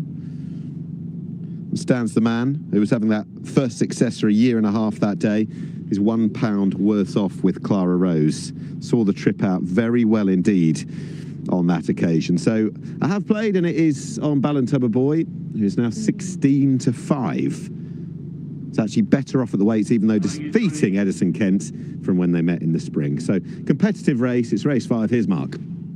So as the runners turn in to the starting point, starting at the beginning of the home straight, walking forward, and they're off. 3 miles and 1 furlong, 12 flights of hurdles for the JCB Fast Track Handicap Hurdle Race. In the centre, it is Planet Legend, taken on by Ballintubber Boy. Ballintubber Boy emerges with the lead over the first flight of hurdles. At the other end of the field, Edison Kent is ridden patiently last of all, with Kite Surfer last but one, as Ballintubber Boy, now in the green with the white cross belts, the predominantly orange sleeves, leads the way with 2 circuits ahead of them to Planet Legend racing in second. Prince de Juillet on the outside of Katuaba in 3rd and 4th. In 5th is Stands the Man. In 6th is Porter in the Park. A break then of just over 2 lengths after Porter in the Park to the others as they race away from us. And the other 2 are Kite Surfer and Edison Kent. Into the turn beyond the stables, Ballintubber Boy and Sam Twiston Davis lead the way to Planet Legend in second position. On the inside, Katuaba just shading third, the grey colours Prince de Juillet. Then the stripes of red and black for Stands the Man, a winner at Warwick last time out. Next is the mare, Clara Rose. Clara Rose racing in advance of the other mare, which is Porter in the Park. Then there's nearly 3 lengths back to Kite Surfer, who is ridden patiently, and so too is Edison Kent. Down the back straight and over flight number 3, the leader, Ballintubber Boy, just rather reached for that. Came out of Sam Twiston-Davies' hands, but gets the other side safely enough with a lead of 1.5 lengths, as now the rain really does hit us at Huntingdon. To race to the outside, Planet Legend in second. Catuaba will jump just in third, out wide over in fourth, Prince de Juillet. Then Stands the Man, who races alongside Clara Rose on the run towards the end of the back straight.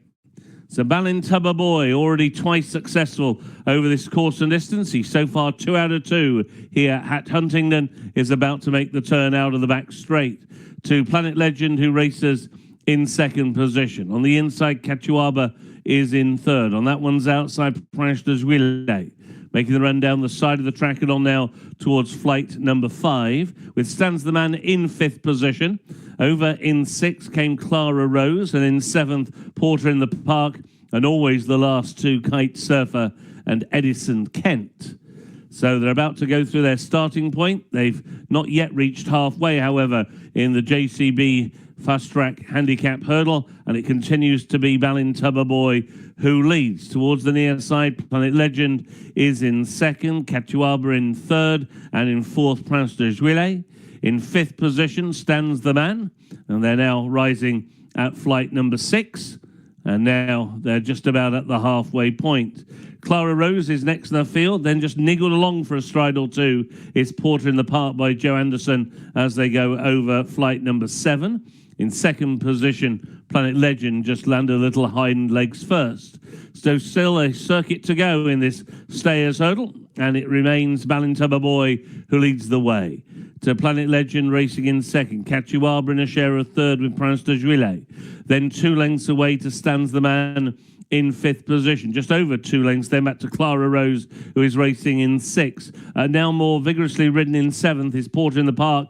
Hasn't really travelled up the home straight on this particular section of the course. Kite Surfer always last but one, and always the back marker, Edison Kent. Edison Kent now racing the best part of 12 lengths off the leader.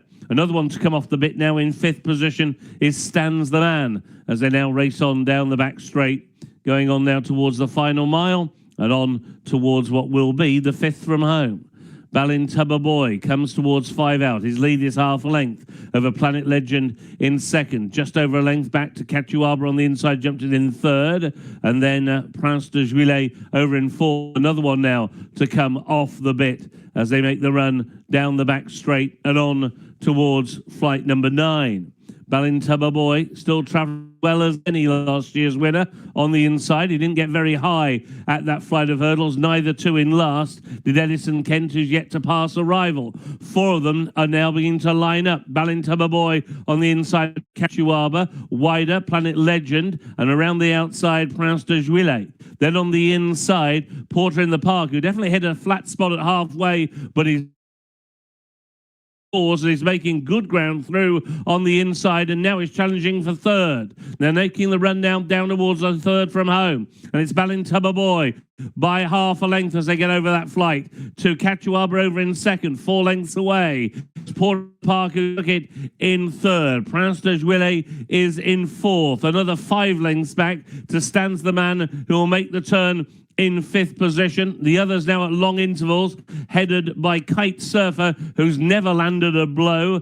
Clara Rose is tailed off. Pulling up is Planet Legend, and Edison Kent's always been in rear. So they're making the run down towards the second from home, and Ballintubber Boy still holds the advantage over Catuaba, who's now the nearest pursuer, but a length away over in second. There's about 8 lengths back to Porter in the Park, and they're now racing on down towards the final flight. And Sam Twiston-Davies and Ballintubber Boy come to the last and led there by 2 lengths to Catuaba, who took it in second, Porter in the Park, and then Prince de Juillet and Stands the Man. But now Ballintubber Boy is a back-to-back winner of this race, and he's 3 out of 3 at Huntingdon. Ballintubber Boy wins, Catuaba in second, Prince in third, and Stands the Man in fourth. Yeah, it's got an impeccable record at the track. I think that was just a very smooth, good, well-judged ride from Sam Twiston Davis, who's brought Ballantubber Boy back to win at what is the favoured venue. Won this race last year, has won it this year, and in between times beat a couple of these when winning here back in the spring. Didn't run too badly at Galway last time, and very well punted in the end. Having been, 7-1 or thereabouts earlier in the day, half that and more to go off the 3-1 favourite. And dominated as well. You can see that he got that breather into the horse down the back, where actually 4 came really quite close together at a point, in up £6 for that. Much talked of finish last time at Worcester, has finished miles clear of the rest on this occasion, but just a very well judged ride by Sam Twiston Davis on the front end, at a track and in a rhythm which really suits. He only had to negotiate the last hurdle and did so with aplomb. Katuaba up £6 for last time. Could give no more, but the course pro, Richard, coming to the fore again.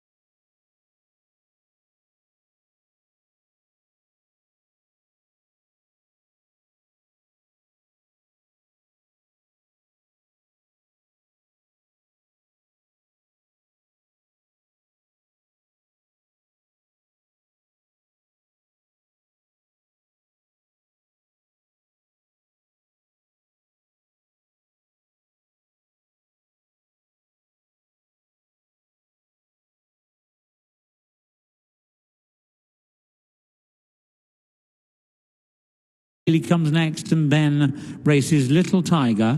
Fighting Poet still one from the back of the field, where last of all is Bubetsi, as they now head round into the straight. 3 to run. The leader, Marembo. Gallimimus definitely headed and now under pressure. Dotty Stars coming there pretty strongly. Pushed along is Real Power, still handy though. Little Tiger's beginning to make a move on the wide outside. Behind these is Fighting Poet looking to eye his challenge. Looks like he might have to come stand side as they now power on for home. Marembo, Dotty Star and Little Tiger. What can Fighting Poet find in behind them? Under pressure to find another length and a bit, which is required. Now they come down to the final furlong. Under pressure, Little Tiger hits the front, shifts to the left, ahead of Dotty Star and Marembo. Fighting Poet found very little at all. Little Tiger, though, is the one who is screaming away with this under Eddie Greatrex. A wide margin win for Little Tiger, who bolts up by 7 or 8. Beats Dotty Star and Marembo, who in turn were well clear of Fighting Poet.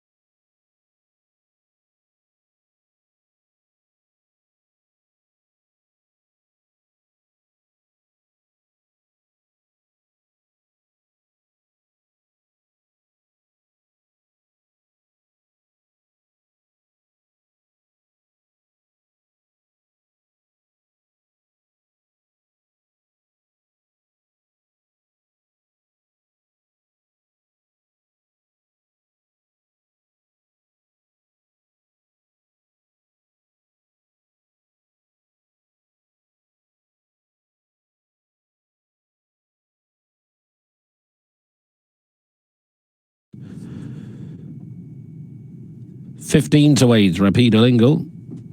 5-2, 6 for Hekin Toad. 7-1 from 5-1. Romeo Express in 3 and 12-1 from 8-4 Signature Carl.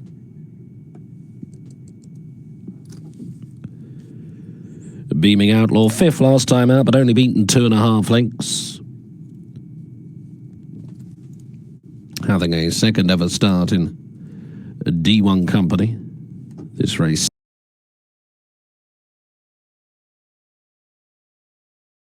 Anyway together. Over 2 lengths in front of in third place Park the Giant, and then the other Mozzie, Little Mix-Up. One Last Tango, Haya Lavine, Brazil, and finally Sequester. Reaching their final mile in 4. The Race in Pink race day on Sunday, 27th of October, beginner's chase, 2.25 miles. Little in it up front between Will Do and Anyway, followed by Park the Giant, the other Mozzie now a clear fourth from Little Mix-Up, and then the start cap of Brazil. One Last Tango next, the grey Haya Lavine is one behind Sequestered. They're getting spaced out with 7 fences left to jump. And into this next one together, Will Do and Anyway. Park the Giant, followed by the other Mozzie, and then Little Mix-Up, One Last Tango. Brazil, Haya Lavine and Sequestered are starting to struggle as they come inside the halfway stage. 6 fences left to jump. Will Do on the outside of Anyway. Tracked all the while by Park the Giant and the other Mozzie. Little Mix-Up next. On the inside is One Last Tango with the back 3, Brazil, Haya Lavine and Sequestered. Little changes. Good jump there by Will Do. Little Mix-Up has lost his rider, Mark McDonough. As they complete a circuit. Mark's okay. He's up on his feet.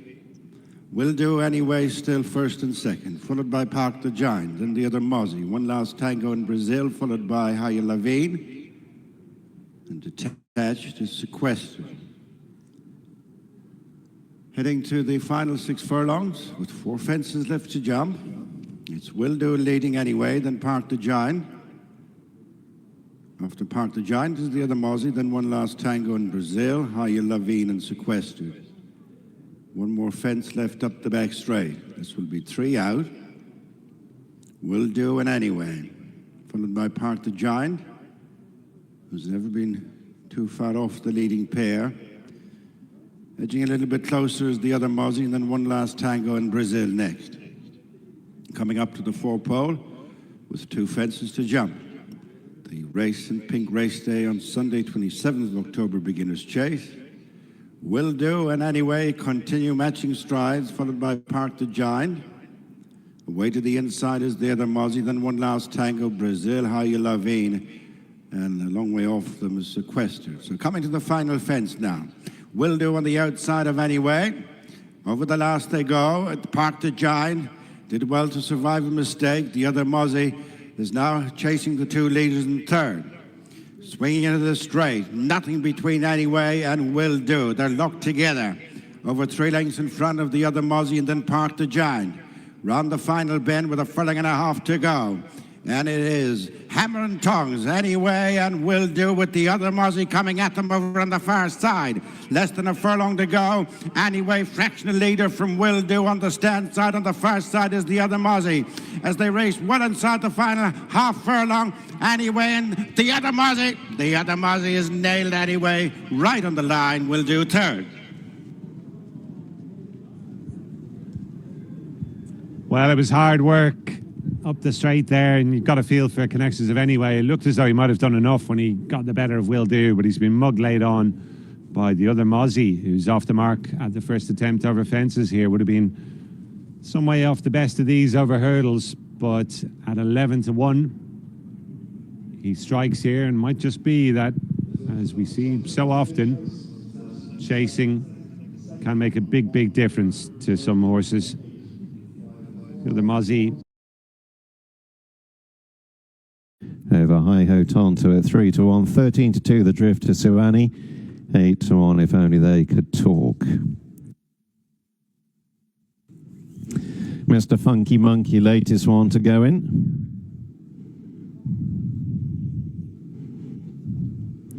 Now Enchanted Knight moving in the blue headgear. Half the field in.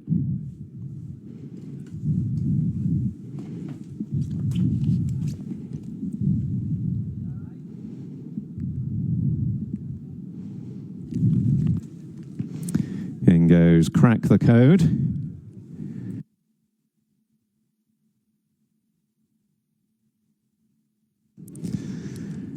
And we're now down to the last couple. Stoneacre Girl, the green and white socks are Hollydore waiting to go, and so too is one of the greys, the grey lass, who's a little bit on edge.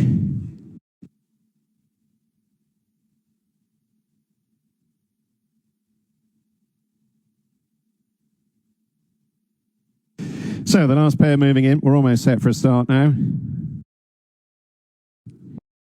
Welcome along. That's it. Just about set. 5 furlongs ahead of them. They're all in. They're off. The grey lass in the centre, the grey and the purple and yellow just half reared, leaving the stalls. Enchanted Knight, blue headgear. Missed it, being chased along as Sue Annie in the red sheepskin noseband leads and through the first Thieves on the right of the group. Crack the Code in a beige jacket is chasing the leaders, with Northern Prince towards the near side in the raw blue. Far side, Mr. Funky Monkey in a black jacket. Settling back in midfield, Hi Ho Tonto, the predominantly black silks, 1 or 2 from the left as they go through halfway. Sue Annie to have Chapman in the white headgear, Northern Prince extreme left, followed by Hi Ho Tonto, and then Stoneacre Girl under the rail. Mr. Funky Monkey down the centre. Being pursued there by furlong. It's Have Chapman who's got the lead, chased hard by Northern Prince. These two dominating the finish. Hi Ho Tonto running on late. Have Chapman, seeing this out strongly, goes on to win. Very close for second between Hi Ho Tonto and Northern Prince. They were chased in by Crack the Code and are never near a Marcus.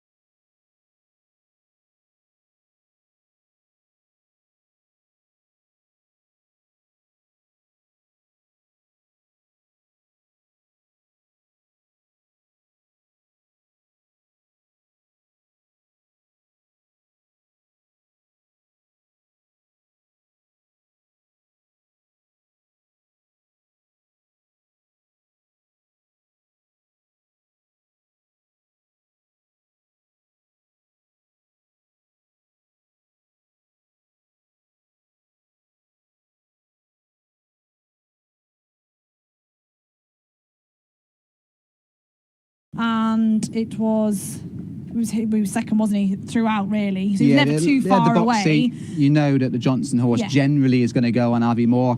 Horses in danger of becoming very inconsistent. But Danny Sedgwick was actually aware, stress-free last time, dropped right out at Chester. He's got two in behind him. Obviously, he's still wanting to get cover and ride him patiently, but he's trying to make the best of tactics, which don't always work so well here at Leicester. It's a much different track, isn't it? And he's sort of ridden tactically to make sure they didn't get away from him on the front end up a stiff finish. So, yeah, it's a nice performance from the winner. He always travelled sweetly throughout, didn't he, behind the pace angle. And he's, like I said, he's very lightly raced still. There could be loads more to come from him yet, and they've really just placed him well, picked and found the races for him. And yeah, this is where I think they've sort of found the positions. But like you said, Danny's always aware that he doesn't want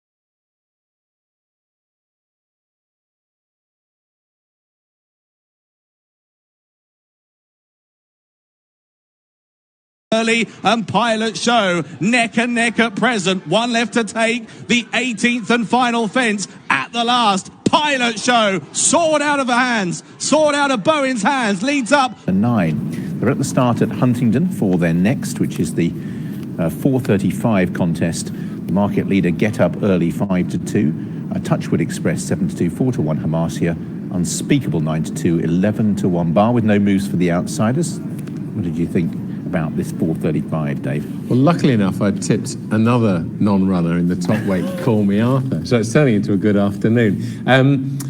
I hope that we get to the other side of this and we look at it in a positive way. I certainly think that for horses that are rated in double figures rather than treble figures, there are horses here that have got an upside.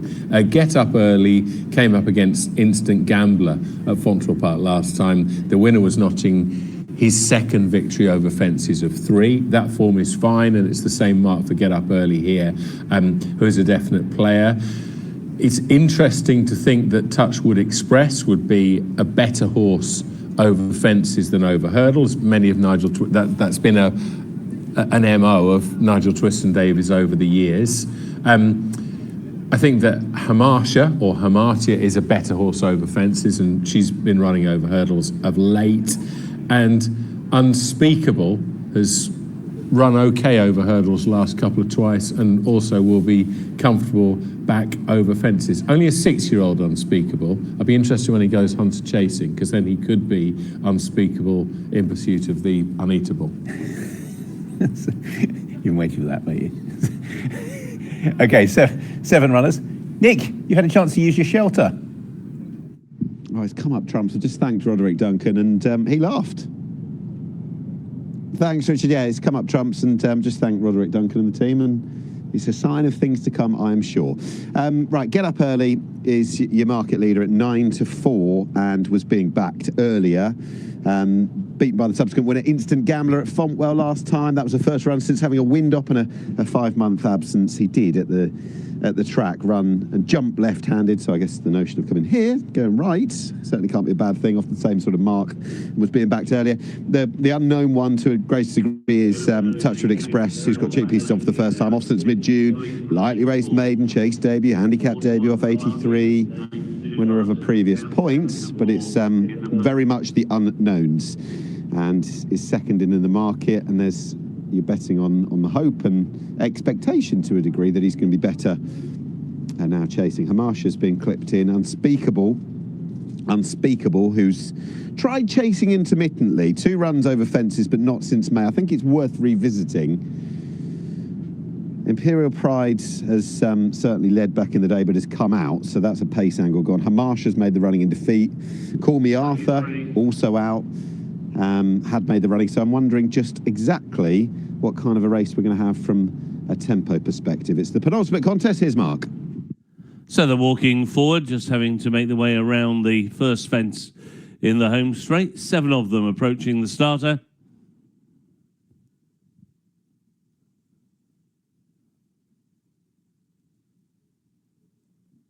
Walking in, and they're off. 2 miles, 7.5 furlongs, and 19 fences to negotiate in the JCB Hydradig Novices Handicap Chase. And over the first, the leader was Hey Bud, who rather dived at that and jumped across 1 or 2, jumping markedly away to the right, but has the lead to Get Up Early, the very well-backed favourite on the far side, racing just in second. With the big white blaze is Touchwood Express, the chasing debutant, then Debacle racing in 4th position, and they're now reaching the open ditch, and Haybud comes to it, and led there by about a length and a half. They're all safely over. The back marker was Unspeakable, and last but one was She Has Notions. Another plain fence is the 3rd in the home straight, and they're all safely over with Haybud, the leader. Haybud takes them into their first turn, with on the inside rail Get Up Early, just heading into 3rd place Touchwood Express. Then a break of a couple of lengths to She Has Notions in 4th position. Debacle now back to 5th, and then Hamartia is in 6th, and Unspeakable is last for the 7th. 5 obstacles to take down the back straight. Over the next, another plain fence. The leader was Haybud, and James Best leads by a couple of lengths to Get Up Early, and Micheal Nolan making a move now on that one's outside. Touchwood Express and Sam Twiston Davis. Then Debacle and Jack Hogan racing in front of She Has Notions and Sean Bowen. Last but one, James Bowen on Hamartia, and the back marker Unspeakable and Jack Tudor. Middle one down the back straight is another plain fence, and Haybud still has the lead. Haybud between horses Get Up Early towards the outside Touchwood Express, and this is a open ditch. All safely over the open ditch, which was fence 7, and a short run now onto the 8th, the final obstacle in the back straight. Haybud just had the lead over Get Up Early over in 2nd. Now there's a break of a couple of lengths opening up to Touchwood Express in 3rd. A further 2.5 lengths to Debacle in 4th. And then She Has Notions in 5th position. The mare, Hamartia, last but one, and Unspeakable still the back marker. Down the side of the course on the long run now, before they go on towards the first in the home straight, which will be fence number 9. And a change for the lead. It's Get Up Early and Micheal Nolan who now go into the lead as they approach the end of their first circuit. Haybud now into second place. 3 lengths away is Touchwood Express in third, then Debacle and She Has Notions, and then on the inside, Hamatia and the back marker Unspeakable. Over that plain fence in fourth place, it was Debacle who hit that quite hard, and this was their first. It's the 10th as they set off on another complete circuit. So on now towards the open ditch, just beyond the stands. The leader is Get Up Early, well back just before the off. Leads the way to Haybud, who's dropped back 2 lengths now in second. 3 lengths away, Touchwood Express on Chasing Debut, and then She Has Notions, the winner at Worcester 2 starts ago, now moving into fourth place. Then Hamatia also making a bit of ground through on the inside. Debacle has been shuffled to the rear of the field, passed now by Unspeakable. They've taken the ditch, the 11th, 12th by the stables is a plain one, and Get Up Early had the lead, rather over jumping in third place. There was Touchwood Express, a rather novice-y jump, and at the back of the field, Debacle is now been ridden along and has now dropped back to last and appears just to be struggling at this point. So they set off down the back straight. They now have another 7 fences to take in the JCB Hydra Dig Novices Handicap Chase, and Get Up Early leads them now on towards the first of the 5 down the back straight, led by nearly 2 lengths to Haybud over in second, Touchwood Express in third, just over 2 lengths away, Hamatia in fourth. Over that next one in fifth came She Has Notions, and we very nearly lost at that mini fence, the one who was struggling at the back of the field, and that was Debacle, who was immediately pulled up. So now they go towards the middle one down the back, and it was Get Up Early who led the way. Haybud between rivals towards the outside, Touchwood Express. She Has Notions creeps closer on the outside of Hamatia, and Unspeakable is the back marker.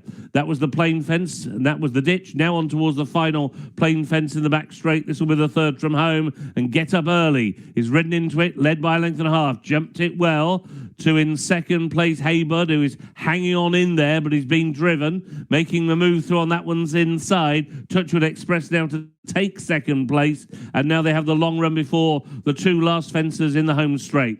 Get Up Early leads the way, going best at the moment to Touchwood Express in second, also travelling well at this point with the noseband Hamatia, who's now moved through on the inside to take third. Haybud has now beat a retreat into fourth. Unspeakable and She Has Notions completes the lineup.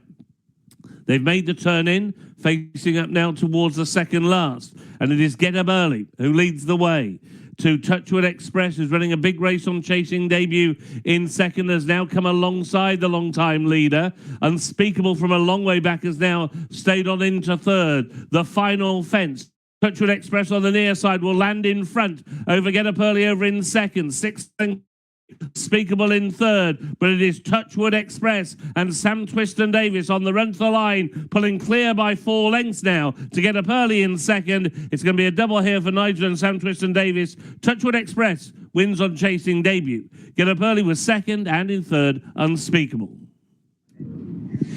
Yes, and there looked quite a point in the race where it wasn't going to be a winning Chasing Debut for Touchwood Express, 9-2. It looks as though Get Up Early had it in safekeeping, or certainly in good control, but Sam Twiston-Davies having none of it, and the horse has eaten up every single yard of the 2 miles 7.5, and looks like another half a mile or so wouldn't be a problem. And thinking about the kind of chases he can have here and elsewhere, he looks like a marathon chaser of the future. Touchwood Express has won the lowly enough mark of 83 and given a double, a very quick double, to the Twiston-Davies, Nigel and Sam. A horse who'd been off since June, lightly raced maiden hitherto, making the chase debut, handicap debut today off a mark of 83. And it was powerful.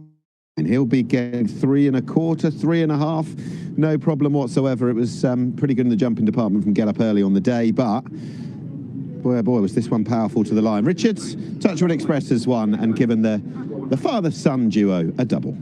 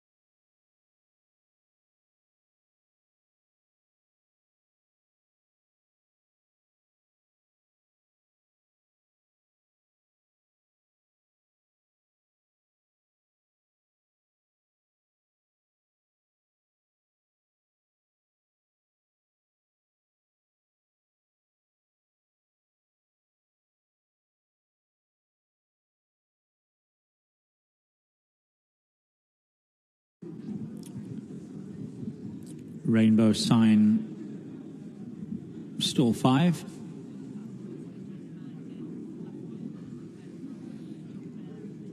Reva's Rob Roy going forward now with Our Papa Smurf. Lady Ava also to come in. Lady Ava is in. Desert Footsteps, the favourite, and Poetic Force to come in.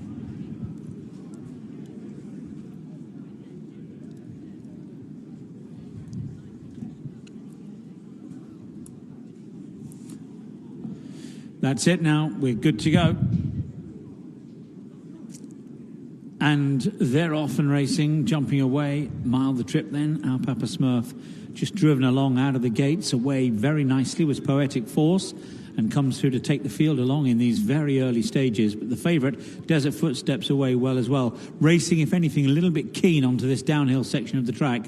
Likewise, though, Rossioli, and the two of them are pulling their way to the front. So Desert Footsteps and Rossioli, are they doing too much early here? They're ahead of Poetic Force. Reva's Rob Roy and Lady Ava are the next pairing, followed by Rainbow Sign. After Rainbow Sign, there's a gap to Disquietude. Marsh Benham's at the back of the field and scrubbing along, and Our Papa Smurf has never really looked happy from the get-go as they now race round towards home. They've got less than 3 furlongs to run from this point. The leader on the rail is Desert Footsteps, but alongside Rossioli and Reva's Rob Roy joining in with them now, and they come off wider than they have been doing so, more up the middle of the track now.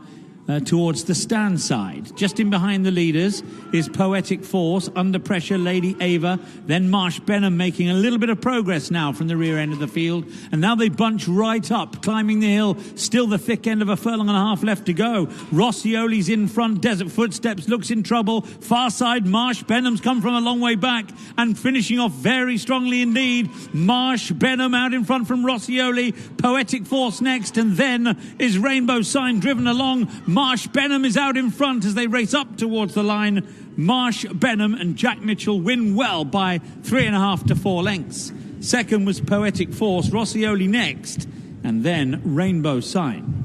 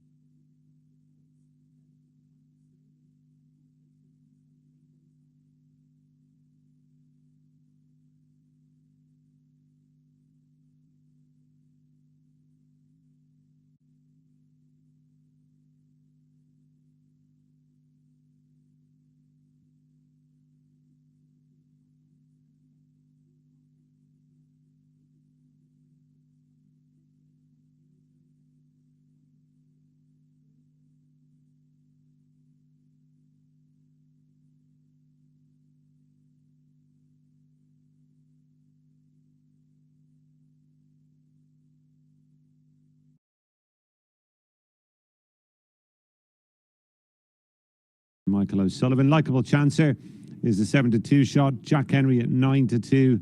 Kilmurray JJ is a 13-2 shot in from a point bigger. 11-1 for Hazel Hatch Lady, who's been nibbled at the top weight. 14 Cottage Artist, and it is 18-1 the outsider. They're not entirely unsupported either. Ricky Langford will be the mountaineer of James O'Sullivan.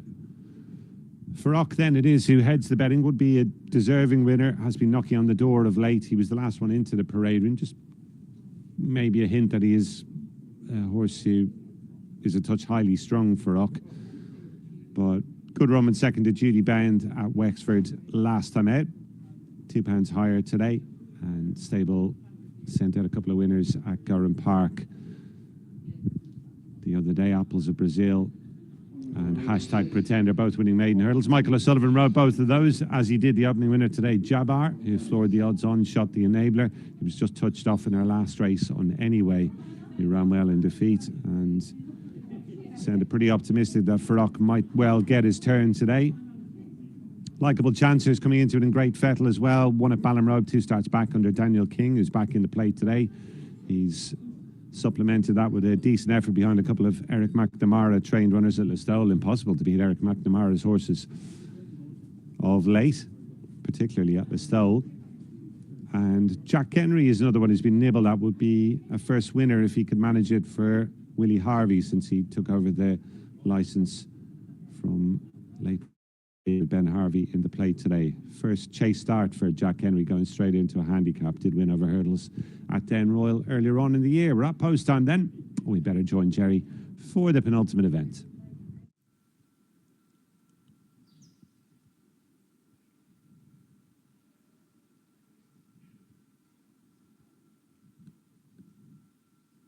Coming into line, and away they go. The Mongy Communications handicap chase, 2 1/4 miles, 12 fences to jump. It's the grey mare and top weight Hazel Hatch Lady leading Likeable Chance and Fat Oak on the inside, followed by Cottage Artist as they head up the far side to fence number 2. Hazel Hatch Lady, Likeable Chance, followed by Fat Oak, Cottage Artist, Ricky Langford on the outside of Jack Henry, Kilmurray JJ last of all after a slight mistake. On they go to fence number 3, and it's Hazel Hatch Lady opening up an advantage over Likeable Chance and Fado, Cottage Artist, Ricky Langford, Jack Henry, and Kilmurray JJ adrift by over 5 lengths as they make the bend to come downhill to fences 4 and 5. Hazel Hatch Lady, the leader from Likeable Chancer, disputing 3rd place Fat Oak and Cottage Artist, followed by Ricky Langford, and then Jack Henry and Kilmurray JJ. Setting their sights on fence 4. 4 and 5 come up quickly. Hazel Hatch Lady, Fat Oak, slight mistake on the inside. As they come to the 5th, the fence that'll be the last on the circuit coming up. Hazel Hatch Lady with a greatly reduced advantage over Likeable Chancer, who's now less than a length back. Then Cottage Artist, Fat Oak, Ricky Langford, Jack Henry, and Kilmurray JJ. Good long run to the fence past the stands, which will be number 6. As the field tightens up, Hazel Hatch Lady and Kevin Sexton in the black and white. On this side is Likeable Chancer and Daniel King. Then Fat Oak and Michael O'Sullivan, Cottage Artist and Gary Noonan, Ricky Langford, James O'Sullivan underneath the stands rail, and then Jack Henry, Ben Harvey in the blue and white, and the back marker is Kilmurray JJ and John Shitty. Circuit of race, 7 more fences left to jump, soon at halfway, the Mongy Communications handicap chase. Hazel Hatch Lady, followed by Likeable Chancer, then Fat Oak and Cottage Artist. As they jump this fence, Hazel Hatch Lady continues to go along in the lead from Likeable Chancer, then Fat Oak, Cottage Artist, Ricky Langford, Jack Henry, and Kilmurray JJ. Very few changes as they race inside the halfway stage. 6 fences left to jump. Hazel Hatch Lady, yet to be headed, leads a length and a half. Likeable Chancer, just 3rd Fat Oak on the inside of Cottage Artist. And then Jack Henry, Ricky Langford, and the break once more to Kilmurray JJ. Returning to their point of departure, another 5 fences to jump. Hazel Hatch Lady by a couple of lengths to Likeable Chancer, then Fat Oak, Cottage Artist, Ricky Langford on the outside of Jack Henry. The back marker continues to be Kilmurray JJ. Away from that next fence up the far side. Just over 3/4 of a mile to go and 4 fences left to jump. The 4th last will be the final ditch. Hazel Hatch Lady from Likeable Chancer. 3rd is Fat Oak, and just 4th is Cottage Artist from Jack Henry. Nudged along 1 from last is Ricky Langford, and still trailing the field is Kilmurray JJ as they finish off their jumping up the back straight. Hazel Hatch Lady from Likeable Chancer. Fat Oak is in 3rd, and breathing down the leading pairs next, followed then by Cottage Artist. Jack Henry is edging closer as Kilmurray JJ relegates Ricky Langford to be the back marker. Tightening up, coming down towards the 2nd last. Hazel Hatch Lady from Likeable Chancer who's ridden up on terms, followed by Farouk. Jack Henry out wide is... And then Kilmurray JJ gone away from Ricky Langford. The second last, Hazel Hatch Lady. And down there is Jack Henry. Final fence coming up. Both horse and rider quickly up. Hazel Hatch Lady has got the man in behind. Likeable Chance of Kilmurray JJ, and then Farouk, followed round the home turn by Cottage Artist, but it's Hazel Hatch Lady and Kevin Sexton. Now clear from Likeable Chancer. In third place is Kilmurray JJ. Disappointing run from Farouk, and then Cottage Artist into the straight to the final furlong of the Mongy Communications Handicap Chase. And it's Hazel Hatch Lady coming back to Likeable Chancer. Kilmurray JJ over on the far side is putting in a late run ahead of Farouk. Hazel Hatch Lady from Likeable Chancer in third place. Kilmurray JJ and then Farouk. Hazel Hatch Lady from Likeable Chancer having another go. Hazel Hatch Lady and the Likeable Chancer clear from Farouk.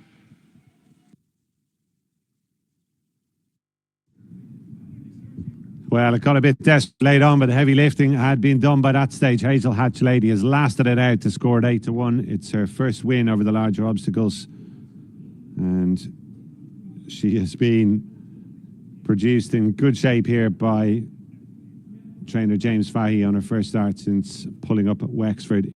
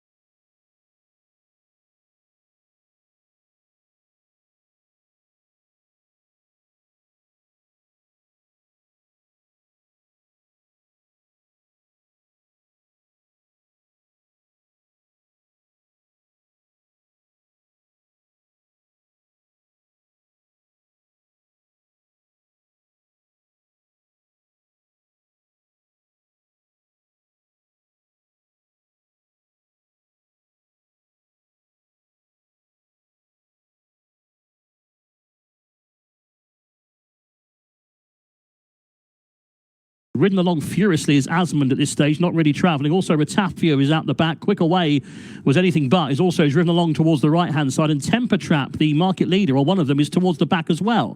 They're past halfway, then 3 furlongs to go. Still A Up It's Jazz, and David Nolan leading the yellow cap, who in second place Takes Time. Towards the far side is Pearl Sands, being driven along as they head down then for the final quarter mile. Still A Up It's Jazz, doing it nicely.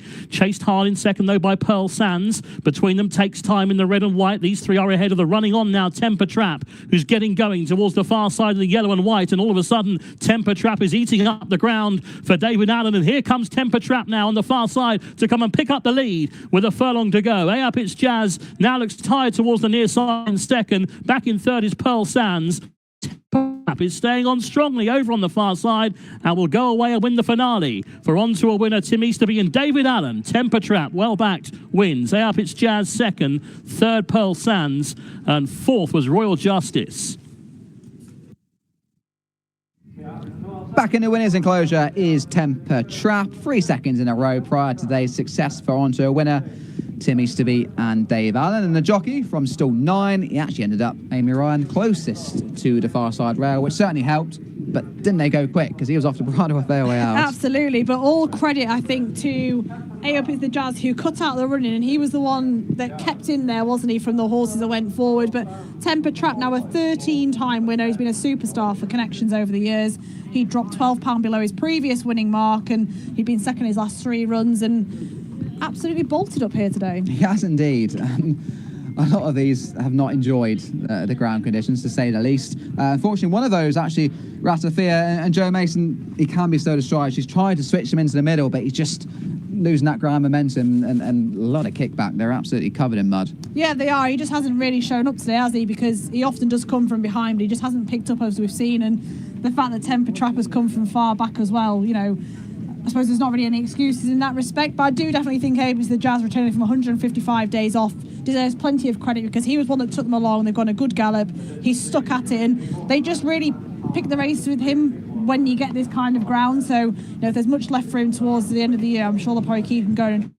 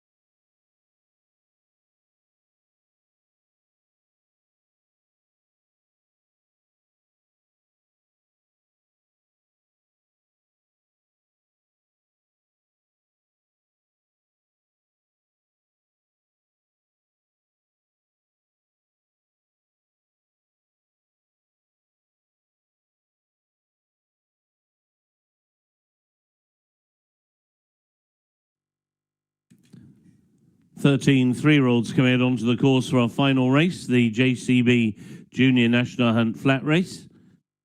3, he ran in the Foxes at Dante of last season. Most of the other progeny, they're all flat horses, and it's up to a mile. So it'll be interesting to see how Kaydarn gets on. George Bowie, according to my records, has yet to train a winner under National Hunt rules, 0 from 5 thus far. So we mentioned Andrew Balding and the fact that the odd year he has a jumper, and a successful one at that. One trainer that I think is really interesting from a statistical point of view, and Nick referenced Ray Guest at the top of the programme, that he doesn't have jumping horses every year, but since 2010 to 11, he's had 28 runners under National Hunt rules, and 7 of them have won. And Noble Miss, obviously there is a family connection here. Noble Mission. Lady Jane Cecil, Ray Guest's sister, is one of the owners here, and of course, the late Sir Henry trained Noble Mission to. Did he win it? Was he second in the Champion Stakes to the? No, he won it, didn't he? He beat out. George Baker was second on Al-Qazi. On Al-Qazi. Yeah, I think so. Yeah. My memory fails me these days. Yeah. So statistically, that's interesting. You mentioned John Ryan's. Yeah, again, small, a yard that actually he does have jumpers himself, so it's not as if that's but yeah, 5 from 23 in bumpers. James Bowen. It's difficult to work out whether trainers specialise to any degree in this sphere, but I think if you've had success in it, if you see a horse that maybe be a little bit late developer that might have a flat pedigree, but you think, actually, I've got an opportunity here of utilising the speed in their pedigree, and Huntington's not a stiff track. I was just looking up, actually, Andrew Balding, because he's had bumper winners as well. I didn't realise he had a listed bumper winner, Andrew Balding, in a horse that you'll know very well. We all know very well. Just don't think of him as a bumper horse anymore, because he went on to success as a hurdler, Super Sunday. Okay. Won a listed bumper at Ascot on the first start for the yard. But look, we can all pull random names out, can't we? And it's just a question as to whether or not these horses are in any way identified as going forward. What we've done really is the equivalent, the racing broadcasting equivalent of playing the test card for a couple of minutes. I don't know if anyone's been pointed closer. Statistically, George Bowie's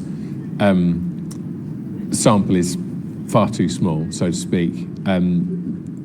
Those of John Ryan and Ray Guest are certainly interesting, aren't they? Albeit that we're not dealing with hundreds of runners. Yeah. Okay. So the runners are at the start. Let's take the views of Nick, who's actually seen the horses in the flesh.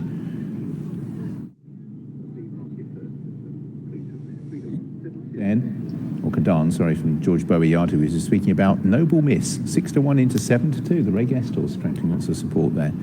It's now 11-1 bar 3. Laura Lou actually has been one of the bigger drifters. So let's stop talking about the numbers and talk more about the horses in terms of physique. What did you like, Nick? Thanks, Richard. I absolutely liked two of the fillies, Noble Miss and Laura Lou. Noble Miss has come in for support, and the yard Provenance, when it comes to bumper winners and bumper winners here as well, that'll be a factor in all of this, the daughter of Noble Mission. Laura Lou, I thought she was a bit of a standout. See the moving filly out of the same connections, Lady Freya, who was pretty quick, rated 90 by the end of the year, and although she's got that speed influence in the pedigree, she's also got a bit of quality from the jumps as well, when you look at the fact that the dam's a close relative of Countrywide Flame, the Triumph Hurdle winner of a decade plus ago. So he's kind of guesswork on that front. Nothing got overheated or overworked here. It's cooled down a bit. Everything taking the preliminaries in their stride. You've got the mix of, as you said, the flatbreds and some of the more national hunt types in here. Kadam would have had that opportunity to go to Ponty back in July, but was pulled out. And I'm sure plenty of people would have flagged the idea that Harry Cobden, the champion jockey, is aboard. So we'll see. And Super Sunday, trained by Andrew Balding when he beat Yamworth and Thistlecrack in an Ascot bumper about a decade ago. Right, they're good and prompt for the last. Here's Mark. Thank you. So they're walking forward, the flag raised by the starter, and they're off for the JCB Junior National Hunt flat race. And one of those who was very slow to get going was Play Away Girl, had to be ridden away from the start by Sean Bowen as they make the run down the side of the course. The early leader is Christabel in the hands of Josh Bryan as they go into the turn. So it is Christabel who has got the lead. Fran the man up against the inside rail racing in second. Time is golden in third in the early stages. Far Echo, the black colours, in a share of fourth. On the inside rail, Noble Miss racing just a little keenly. Then around the outside, Champagne Flow, who has got the white noseband, the all-white colours of Laura Lou. Then parked towards the inside is Red Shamrock, who's racing just worse than midfield, and alongside Slack Alice. Then then a little bit wider is Close to Us, working towards the rear of the field in the early stages. Lion Hill is just about last but one, and the back marker, the slow starting Play Away Girl.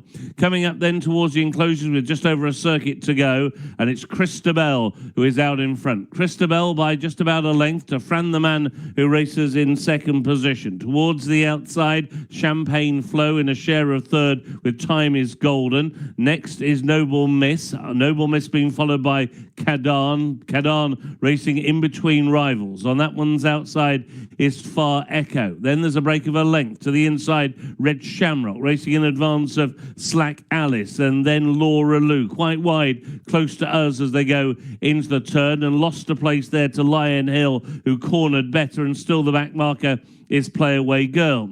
So they're about to go into the back straight, going now towards the halfway point, and it is still Christabel who has got the lead. Christabel by just over a length to Champagne Flow, who's second, 2.5 lengths away. Fran the Man is in third. A further length and a half to Noble Miss, who is in fourth position. To the outside, Time is Golden is racing in fifth. On that one's inside, Far Echo, and Far Echo has now been passed by Kadan. Kadan then, and then Far Echo, followed by Slack Alice. Then the yellow of Red Shamrock, who sticks towards the inside. Close to Us has blown that turn as well, went very wide, and the back marker, and still being niggled along as she's been throughout, is Play Away Girl. But still quite tightly bunched as they race on now down towards the final 3/4 of the mile and the turn out of the back straight. And Christabel still has the lead. To Champagne Flow racing in second, and Fran the Man in the green is in third. To the outside, Time is Golden in fourth. Noble Miss racing in fifth, with Kadan on that one's inside in sixth. Around the outside, Laura Lou is in seventh. Lion Hill, Royal Blue White Cap, begins to make ground. Then on the inside is Slack Alice. Another wide trip around the turn for Close to Us. Close to Us, who is now dropped to the tail of the field, and that means that passing one is Play Away Girl, and now they're about to make the turn back towards home. And it is Christabel who still has the lead and still travels well, and has opened up a clear margin now of nearly 2 lengths over Fran the Man, and then Champagne Flow. Around the outside is Laura Lou. Next Time is Golden, followed then towards the inside by Noble Miss, and there then being followed by Lion Hill, racing now inside the final 1/4 of a mile, and Christabel tackled again by Fran the Man towards the near side. Over on the far side is Noble Miss, and these are now the first 3 racing inside the final furlong. It is Christabel, and on the far side Noble Miss. These two now in a duel which has carried them 2 lengths clear of Fran the Man. It is now Noble Miss who begins to assert close home. Noble Miss in front over Christabel, Fran the Man. Yeah, Noble Miss it is. On top from Christabel. There was a bit of coming together in the final stages of that. And the photo finish officially called, but Noble Miss it is, who has beaten the long-time pacemaking and quite well fancied Christabel. A couple of notable eye catchers in the race for obvious reasons. They're all newcomers, some flatbred, some more national hunt, and trying it for the first time, but all trying the track for the first time. It is just a whisker between them in the closing stage. I wouldn't be surprised to see, I want to see the head on, but I wouldn't be surprised to see or hear a klaxon coming out. Fran the Man's run really well for Martin Dunn and John Joe O'Neill. Look at the strong travelling, really strong travelling Laura Lou, who just seems to run out of gas in the closing stages. Noble Miss being presented towards the inside. Cadern on the front end. We're about to confirm the photo finish. And first it was Noble Miss, looking to give Ray Guess yet another success in the bumper sphere, make it 5 from I think 14. There's a bit of coming together on a couple of occasions, and perhaps less so at that point. Perhaps not quite as marked as I thought it would be, but it was quite a narrow margin between them anyway.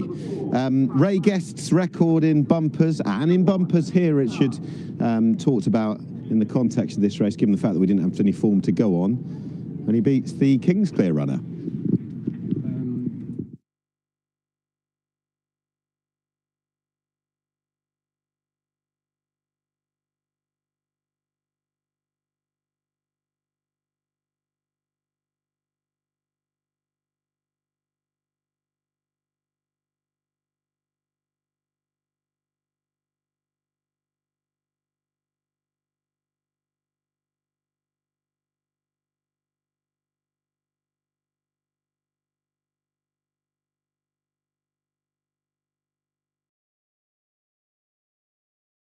Far side Romans spring from the back of the field. Here Sadie is plugging on quite well next to Bobby Dassler up front. Kondratiev Wave being joined by Blue Collar Lad. Half a furlong left to go. Kondratiev Wave on the far side. Jack Doughty just in front from Blue Collar Lad. Kondratiev Wave wins by half a length from Blue Collar Lad in second place. Bobby Dassler plugged on for third.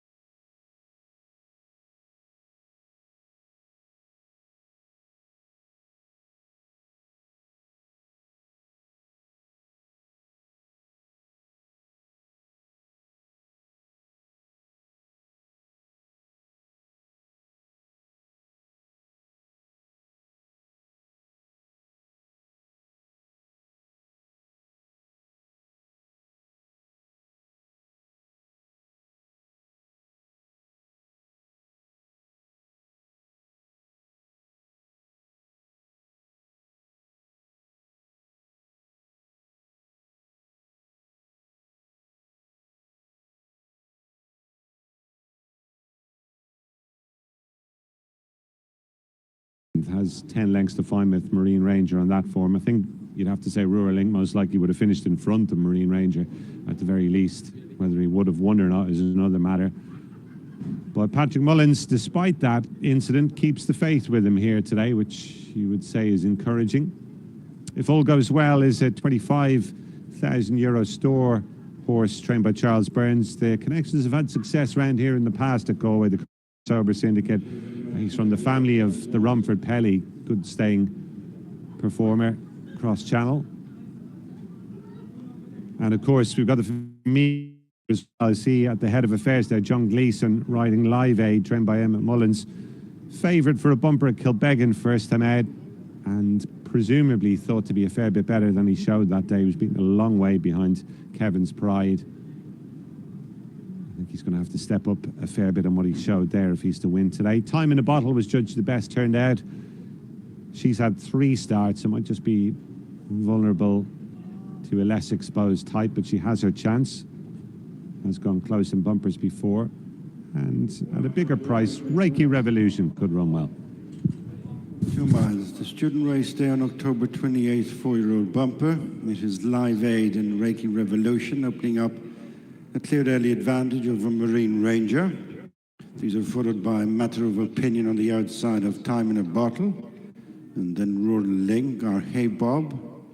And held up is the grey If All Goes Well.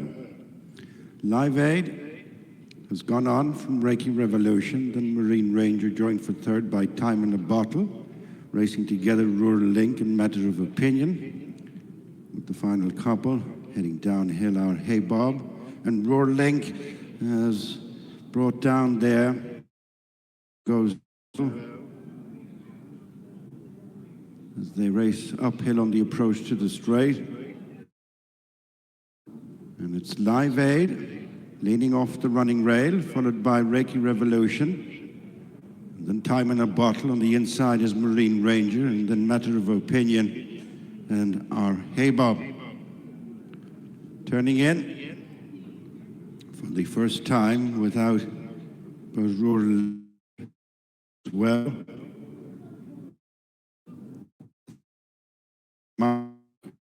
Live Aid, John Gleason, followed by Reiki Revolution, David Doyle. Time in a Bottle, Daniel Hyde just third from Matter of Opinion, and Lelia Byrne, then Marine Ranger, Finney Maguire. They've lost ground, have won behind our Hey Bob and Harry Swan. Soon at the halfway stage, and the student race day on October 28th, 4-year-old bumper, Live Aid. Is not an easy steer. Revolution on the inside, then Time in a Bottle. Matter of Opinion next. On the inside, Marine Ranger. And starting to struggle is our Hey Bob. Reiki Revolution rejoins Live Aid, less than 2 lengths in front of Time in a Bottle. 6 lengths then to Matter of Opinion and Marine Ranger, leaving behind our Hey Bob. 7 furlongs to go. And this is Reiki Revolution. Running off the track is Live Aid. Reiki Revolution by 2 lengths to Time in a Bottle. Matter of Opinion just shading to third for Marine Ranger. And struggling on is our Hey Bob as they return to the point at which they started. Reiki Revolution, David Doyle in front from Time in a Bottle.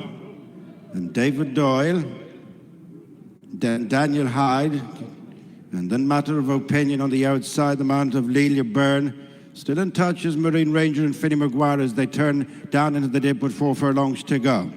Reiki Revolution from Time in a Bottle. Matter of Opinion on the outside of Marine Ranger as they head towards the final 3.5 furlongs. And it's Reiki Revolution joined by Time in a Bottle.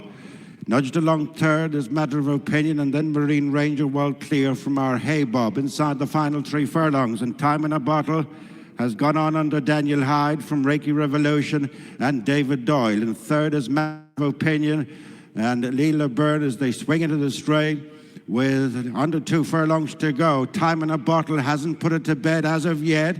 Renewing its effort is Reiki Revolution on the outside. Out in front of Matter of Opinion as they climb the hill, and back in front is Reiki Revolution from Time in a Bottle, who's found precious little. In third place is Matter of Opinion up the hill inside the final 200 yards in the student race day on October 28th. 4-year-old bumper. It is Reiki Revolution leading home a depleted field, certainly with lots to digest here. Is Reiki Revolution, David Doyle clear from Time in a Bottle and Matter of Opinion.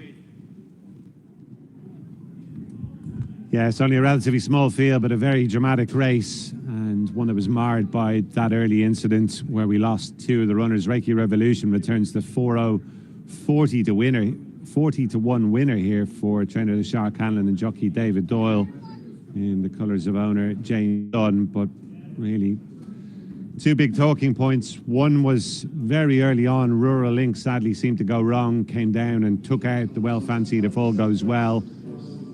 That was the 2 market leaders gone out of the race at a very early juncture. And then, of course, Live Aid proving very difficult to steer for John Gleeson. Eventually ran out off the course over on the far side, having given away a lot of ground. That meant there were only 5 left, and in the end it was Reiki Revolution who settled it when taking the measure of time in a bottle off the final bend. And back in third was Matter of Opinion. Hopefully horses and riders will be okay. It was difficult to see at the time exactly what happened.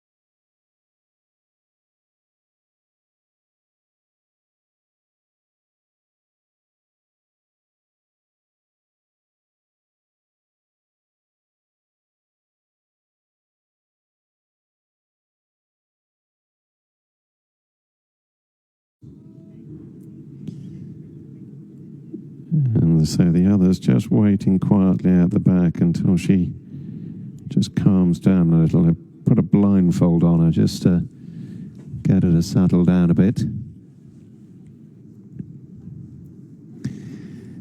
Next up is Miss Dandelion. So the last trio now walking in. Dragons Will Rise goes in. 2 to go.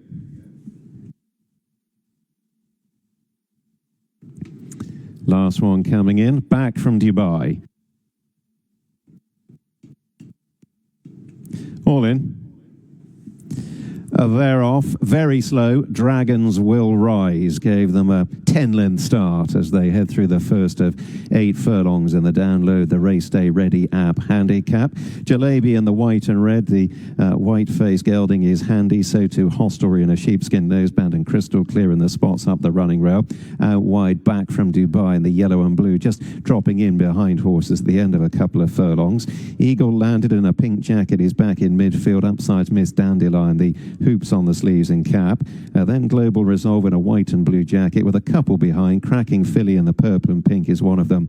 And the sluggish starter, Dragons Will Rise, has made up a little ground but is still last as they leave the back straight beyond the halfway point. Up ahead, Crystal Clear with the rail has got to the front, leading by 3 parts of a length to Jalebi. Back from Dubai in the yellow and blue, just shading third to Eagle Landed up the rail, and up between horses Hostelry. Further back, Global Resolve, Miss Dandelion is ridden along, and then Cracking Filly, and inside the 3, Dragons Will Rise remains at the tail. Crystal Clear on the right, leading them up the straight towards the final quarter mile, held together in front here. The white-faced Jalebi is ridden along. Eagle Landed one from the right under pressure, a couple lengths to make up. Then Hostelry, Miss Dandelion on the far side, Global Resolve. Just outside the furlong, Crystal Clear, still being chased by Jalebi. Miss Dandelion, the hoop cap running on under pressure. Only a half furlong to go. Jalebi on the near side, attacking Crystal Clear. Miss Dandelion late on the scene. Jalebi getting up. Jalebi heads off Crystal Clear, and Miss Dandelion chased in by Global Resolve, and then Eagle Landed.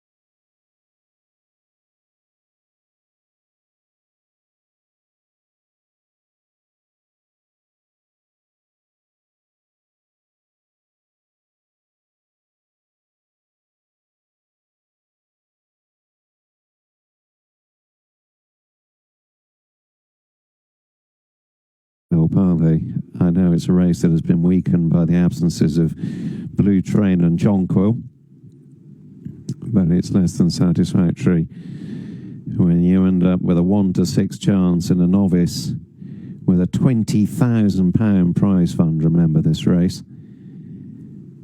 It's hard to see what the solution to it is, but I wouldn't be certain this race will be appearing in the calendar next year. Shah at 1 to 6 and facing a very easy opportunity.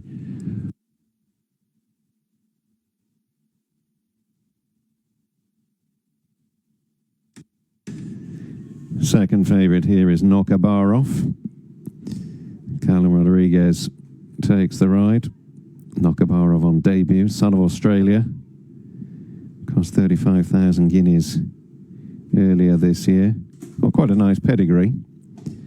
Probably going to need a stiffer test of stamina further down the line. But it's a suitable starting point. And if nothing else, if he does manage to fill out second on debut Nokabarov, he'll pick up over £4,000 for his owners. Hobgoblin at 16 to 1, another debutant, represents the Sir Mark Prescott yard, another who cost 35,000 guineas, though in his case it was as a yearling, son of Voltgeist, related to a few winners. Suitable starting point, 7 furlongs from him, he's going to get a bit further. First one's moving into the stalls now across at the 7 furlong start. Divot, first one to go in.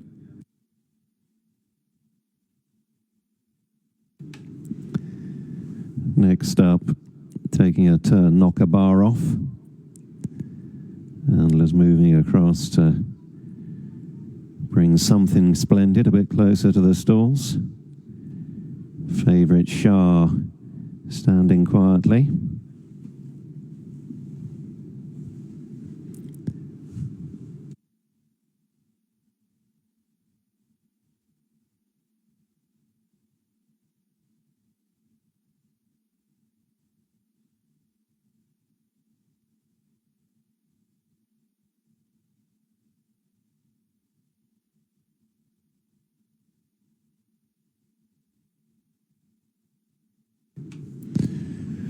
Something Splendid is the one who's just holding things up a little. Not proving to be completely cooperative.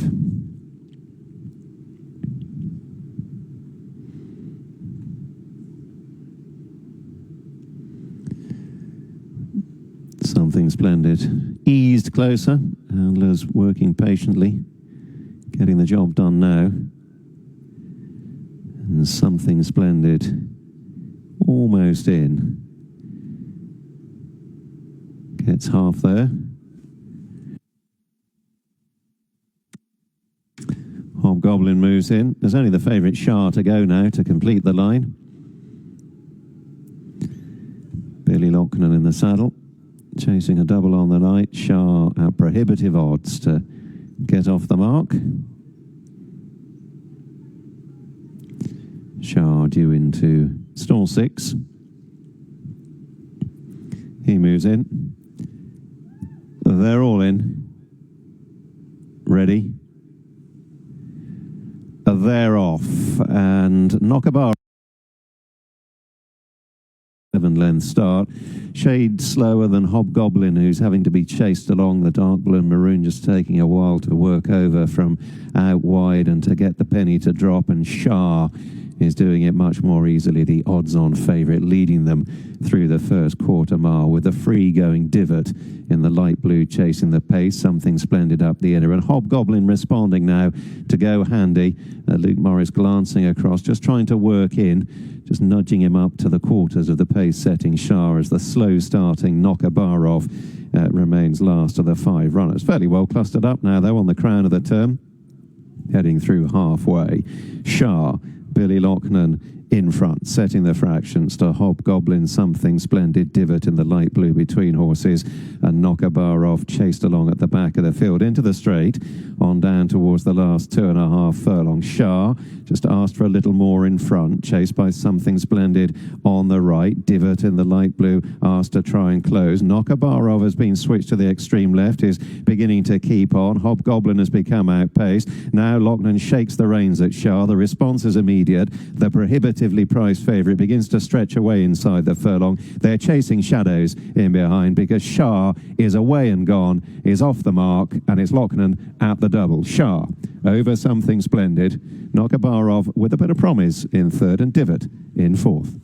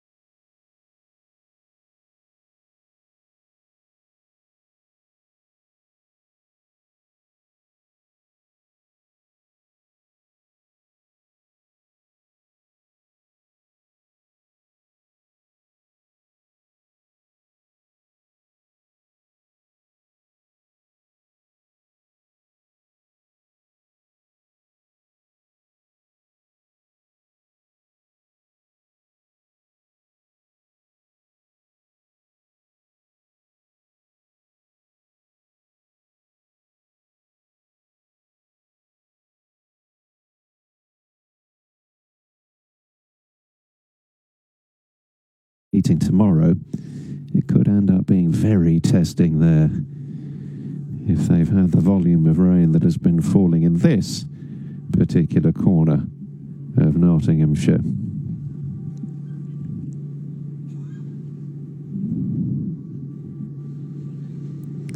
First one's moving in. Thursday's Child, the first the runners to head into the stalls for race 7. So loading up underway. Crimson Angel taking a turn. Warbride waiting to go in with Beautiful Dawn and those dark orange silks. 9-4 Leighton, still Miss Bodacious. 7-2 Warbride. Crimson Angel at 9-2 having the blindfold put on. Boadicea hovering between 8 and 9-1.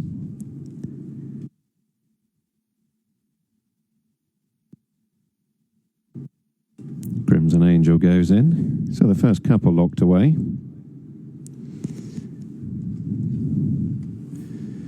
Warbride going to have the blindfold on by the looks of things. Miss Bodacious and Boadicea waiting their turn just behind Warbride.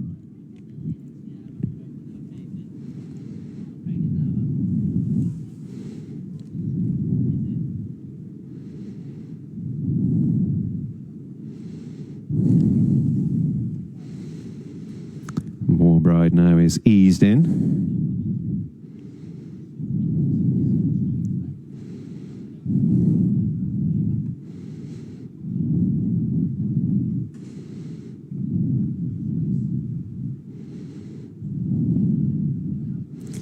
Next up is the favourite, Miss Bodacious, who's generally 2-1 late on.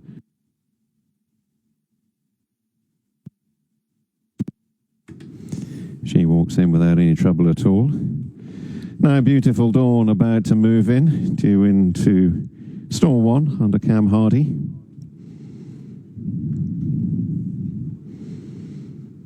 International Girl also about to go in, due into stall 5 under Ryan Sexton.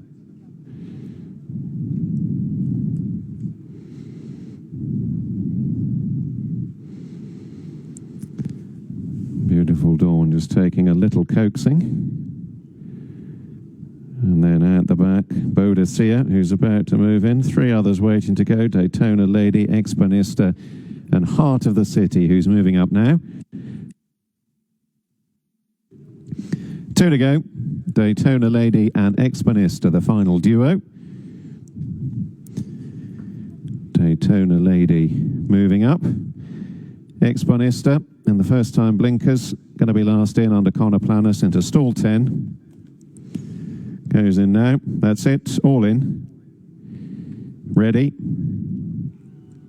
They're off. Crimson Angel a bit slow to get away from stall 11 out wide, the dark sleeves. Jim Crowley immediately drops her in, getting a lead as they hurtle through the first furlong. Exponista from widest of all has been rushed up to cross over and lead them into the turn. Bounds over 2 lengths clear. Chased by Warbride in a white jacket and Thursday's Child in the shades of green chasing the leading pair. And then back on against the running rail, Heart of the City and the striped sleeves is racing upsides Miss Bodacious in the yellow and black spots. Break of a couple, ends to Boadicea in a red and white jacket around the inner of International Girl, followed by Crimson Angel and Beautiful Dawn, and Daytona Lady and the sheepskin noseband is last of all as they head on into the straight, well beyond halfway, 2.5 furlongs to go. Exponista from that sharp start still in front, a Warbride white jacket giving chase. Away to the extreme left, Miss Bodacious now is beginning to unwind, upsides Thursday's Child. Further back then to Heart of the City from Boadicea and International Girl. Warbride struck the front now as they come inside the furlong from Exponista. Miss Bodacious down the near side though, making a line of 3 and coming home strongly. Miss Bodacious to press Exponista. Miss Bodacious getting up from Exponista. And then International Girl, Crimson Angel disputing fourth with Warbride.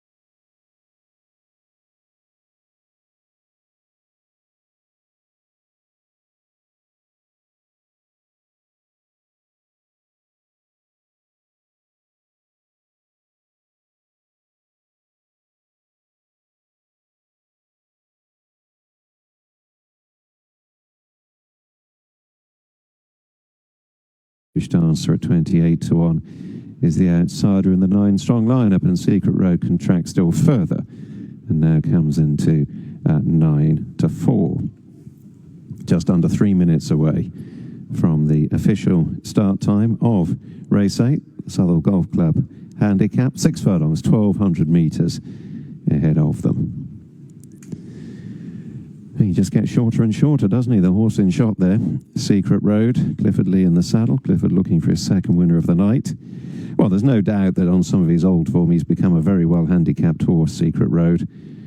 Down now to a mark of 59. He was capable in the mid-70s at his peak. Tongue strap goes on for the first time. Clearly, there are several people out there at least who believe that that might have a positive effect. And if the stars align in an open race, he might well be good enough. They don't win very often, do they, most of these? Some consistent ones. Anglesey Lad has been consistent in defeat this year. He's returning from a lengthy absence now. First start for horses in those light blue and red colours, and usually in the Class 6 divided handicaps. Now, Alibi Warning has spread a plate perhaps on the way to the start, or is it just a tack change? Is it a girth change? It looks like it. Or a surcingle. A little bit of a tack adjustment with Alibi Warning. That is Anglesey Lad wandering around at the back with White Umbrella, PJ McDonald's mount, and Laura's Breeze, Secret Road. Light blue colours there of Crafty Spirit.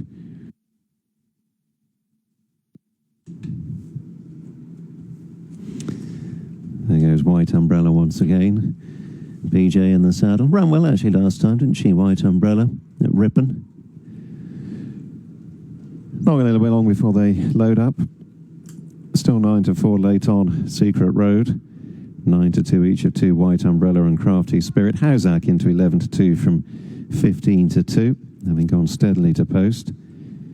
11 to 1 Anglesey Lad and Alibi Warning. Back tomorrow, right out to 18 to 1 from 11 to 1. Irish Dancer 16 to 1, shortening up from the 28 to 1 mark. Laura's Breeze is on the drift, 25 to 1 from 18 to 1. Blindfolds going on. One or two of these. Hausac, one of them with a blindfold on. Holly Doyle in the saddle.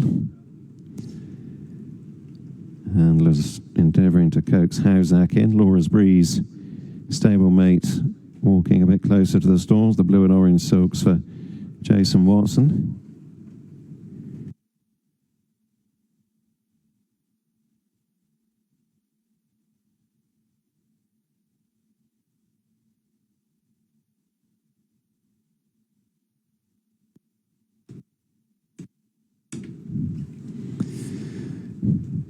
So just taking a while to coax Hausac in.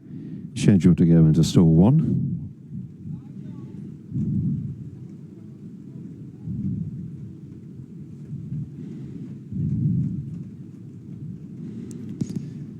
And Hausac seems intent on making his presence felt. He didn't really want to canter off to the start, did he? And now he's making the handlers work patiently to persuade him in.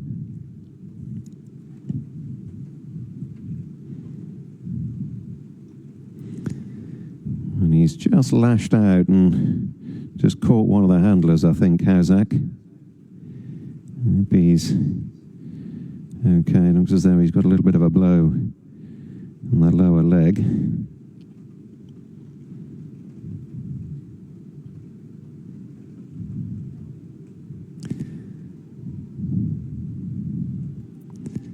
Still haven't completely got Hausac in.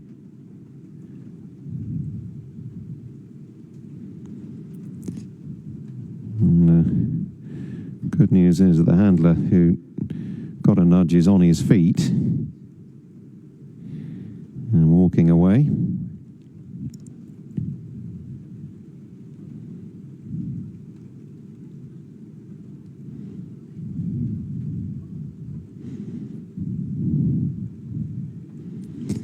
Still haven't got a Hausac in.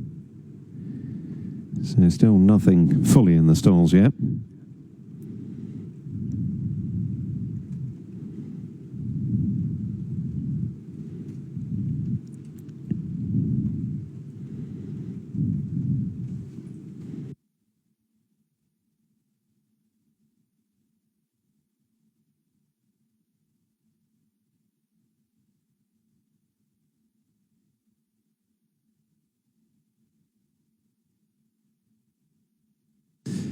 Well, he doesn't want to know Hausak. He's backed himself out. Blindfold's coming off. Looks as though they might perhaps try one or two of the others.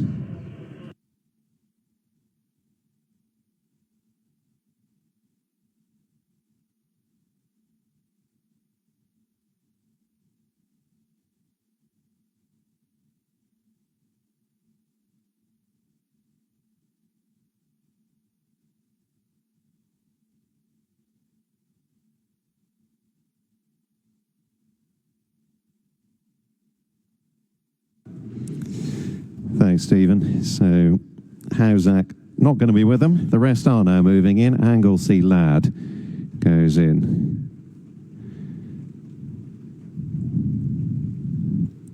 Laura's Breeze looks as though he might have been taking notes from his stablemate. She's now heading in the right direction. And she's gone in okay. So Laura's Breeze is in.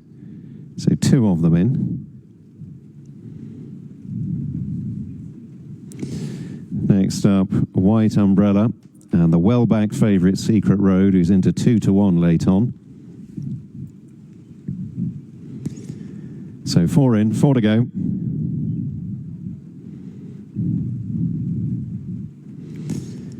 Up goes Crafty Spirit in the light blue. Irish Dancer about to go in.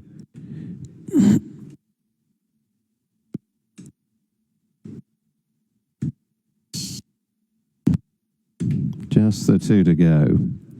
Alibi Warning. And Back Tomorrow is the other who waits out the back. Alibi Warning goes in. 1 to go. Back Tomorrow. Last one to go in. Back Tomorrow into stall 8. That's it. They're all in. 8 of them. They're off. Jump away over 6 furlongs. Anglesey Lad jumped slowly and awkwardly, went out to his right, leaving the stalls cast slightly adrift. 8 of them, remember, in the absence of the withdrawn Hausak. Irish Dancer in the orange and green is the first to show up. Anglesey Lad has recovered, though, very sharply, and is going to lead him into the turn. Has rather taken off here.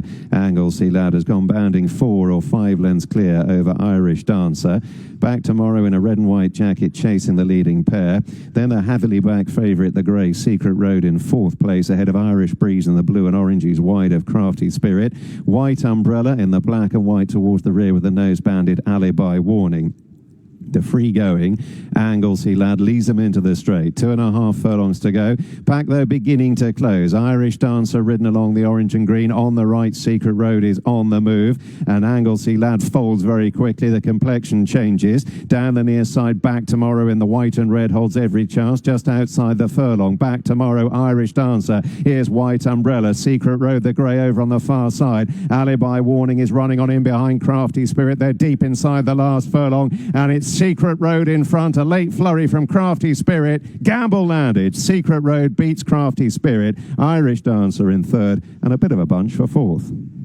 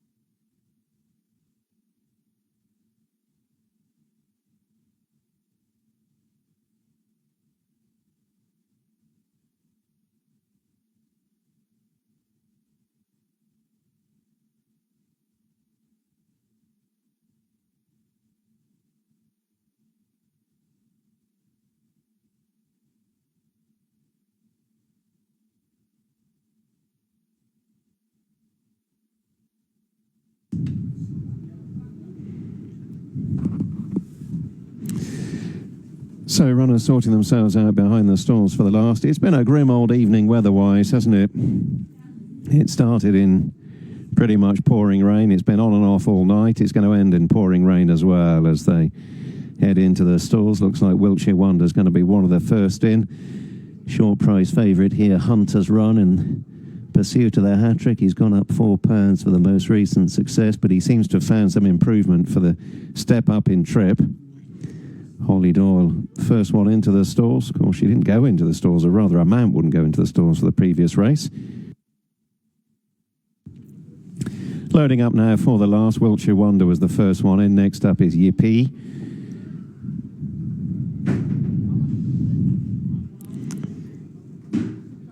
Johnny Boom is up next. Under Clifford Lee, chasing his third winner of the night.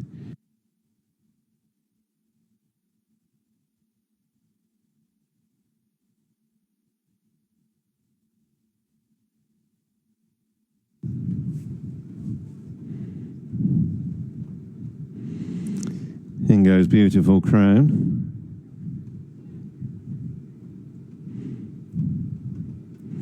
Halifon is up next. Just an hour in the orange and black checks preparing to move in.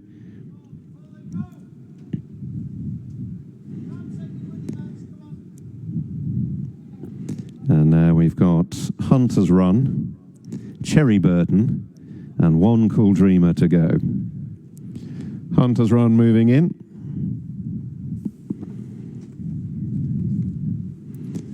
Two to go.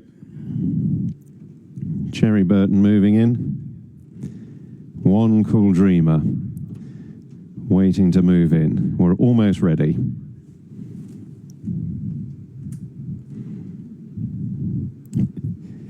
Cheers, Leona. Good luck, everyone, in the last.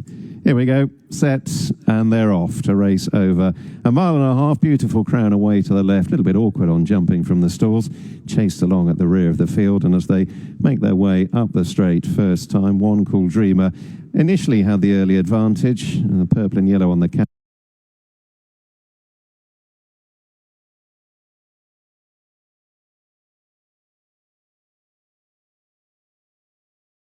Just an hour, Wiltshire Wonder. One Cool Dreamer now wide into the turn. And then favourite Hunter's Run in the blue and yellow dropping into fourth, just ahead of Halifon in a black jacket. Yippee in the red and purple races next. Johnny Boom in the pink and purple has got a couple behind. Beautiful Crown from that awkward start. Black Cap is one of them, last but one. And Cherry Burton in the white and green races at the back of the field as they head through the first half mile at around about the mid-30s miles an hour. Wiltshire Wonder and Holly Doyle with a narrow advantage now, taking it off just an hour, who sits a half length away, the black and orange silks for PJ McDonald. And then One Cool Dreamer racing wide of the field, getting a good view of the front. Hunter's Yarn, Hunter's Run in behind horses. Finn Marsh in the blue and yellow. Just a little keen as the pace steadied a fraction off the bend. Halifon against the running rail has got a decent sit in midfield. Working back through the field to Yippee and Beautiful Crown with a black cap, and then Johnny Boom, and still towards the rear of the field, Cherry Burton. And now One Cool Dreamer, Benoit de la Sayette, has moved through to take over.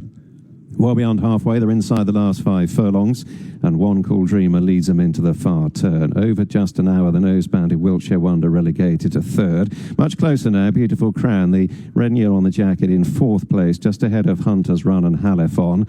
And then Yippee to Johnny Boom, and Cherry Burton remains last of a fairly well-grouped field, moving now towards the final 3 furlongs. One Cool Dreamer leading them to the top of the straight. Over just an hour in the cheek pieces. Beautiful Crown wider out, and then Wiltshire Wonder. Hunter's Run in the royal blue and yellow is being asked for more as they quicken up now towards the last quarter mile. Towards the left, Yippee is being asked to close from the rear. Halifon is on the extreme right with a few lengths to make up. Furlong and a half to go. One Cool Dreamer. A whole host of possible challengers. Nose-banded Wiltshire Wonder is coming through. Hunter's Run switching blue and yellow on the far side. Down the near side, Yippee is still finishing off strongly. Wiltshire Wonder in a bunch finish from Yippee and Hunter's Run. It's going to be Doyle at the double. Wiltshire Wonder clings on to beat Hunter's Run and Yippee, and a line of 3 involved for fourth place.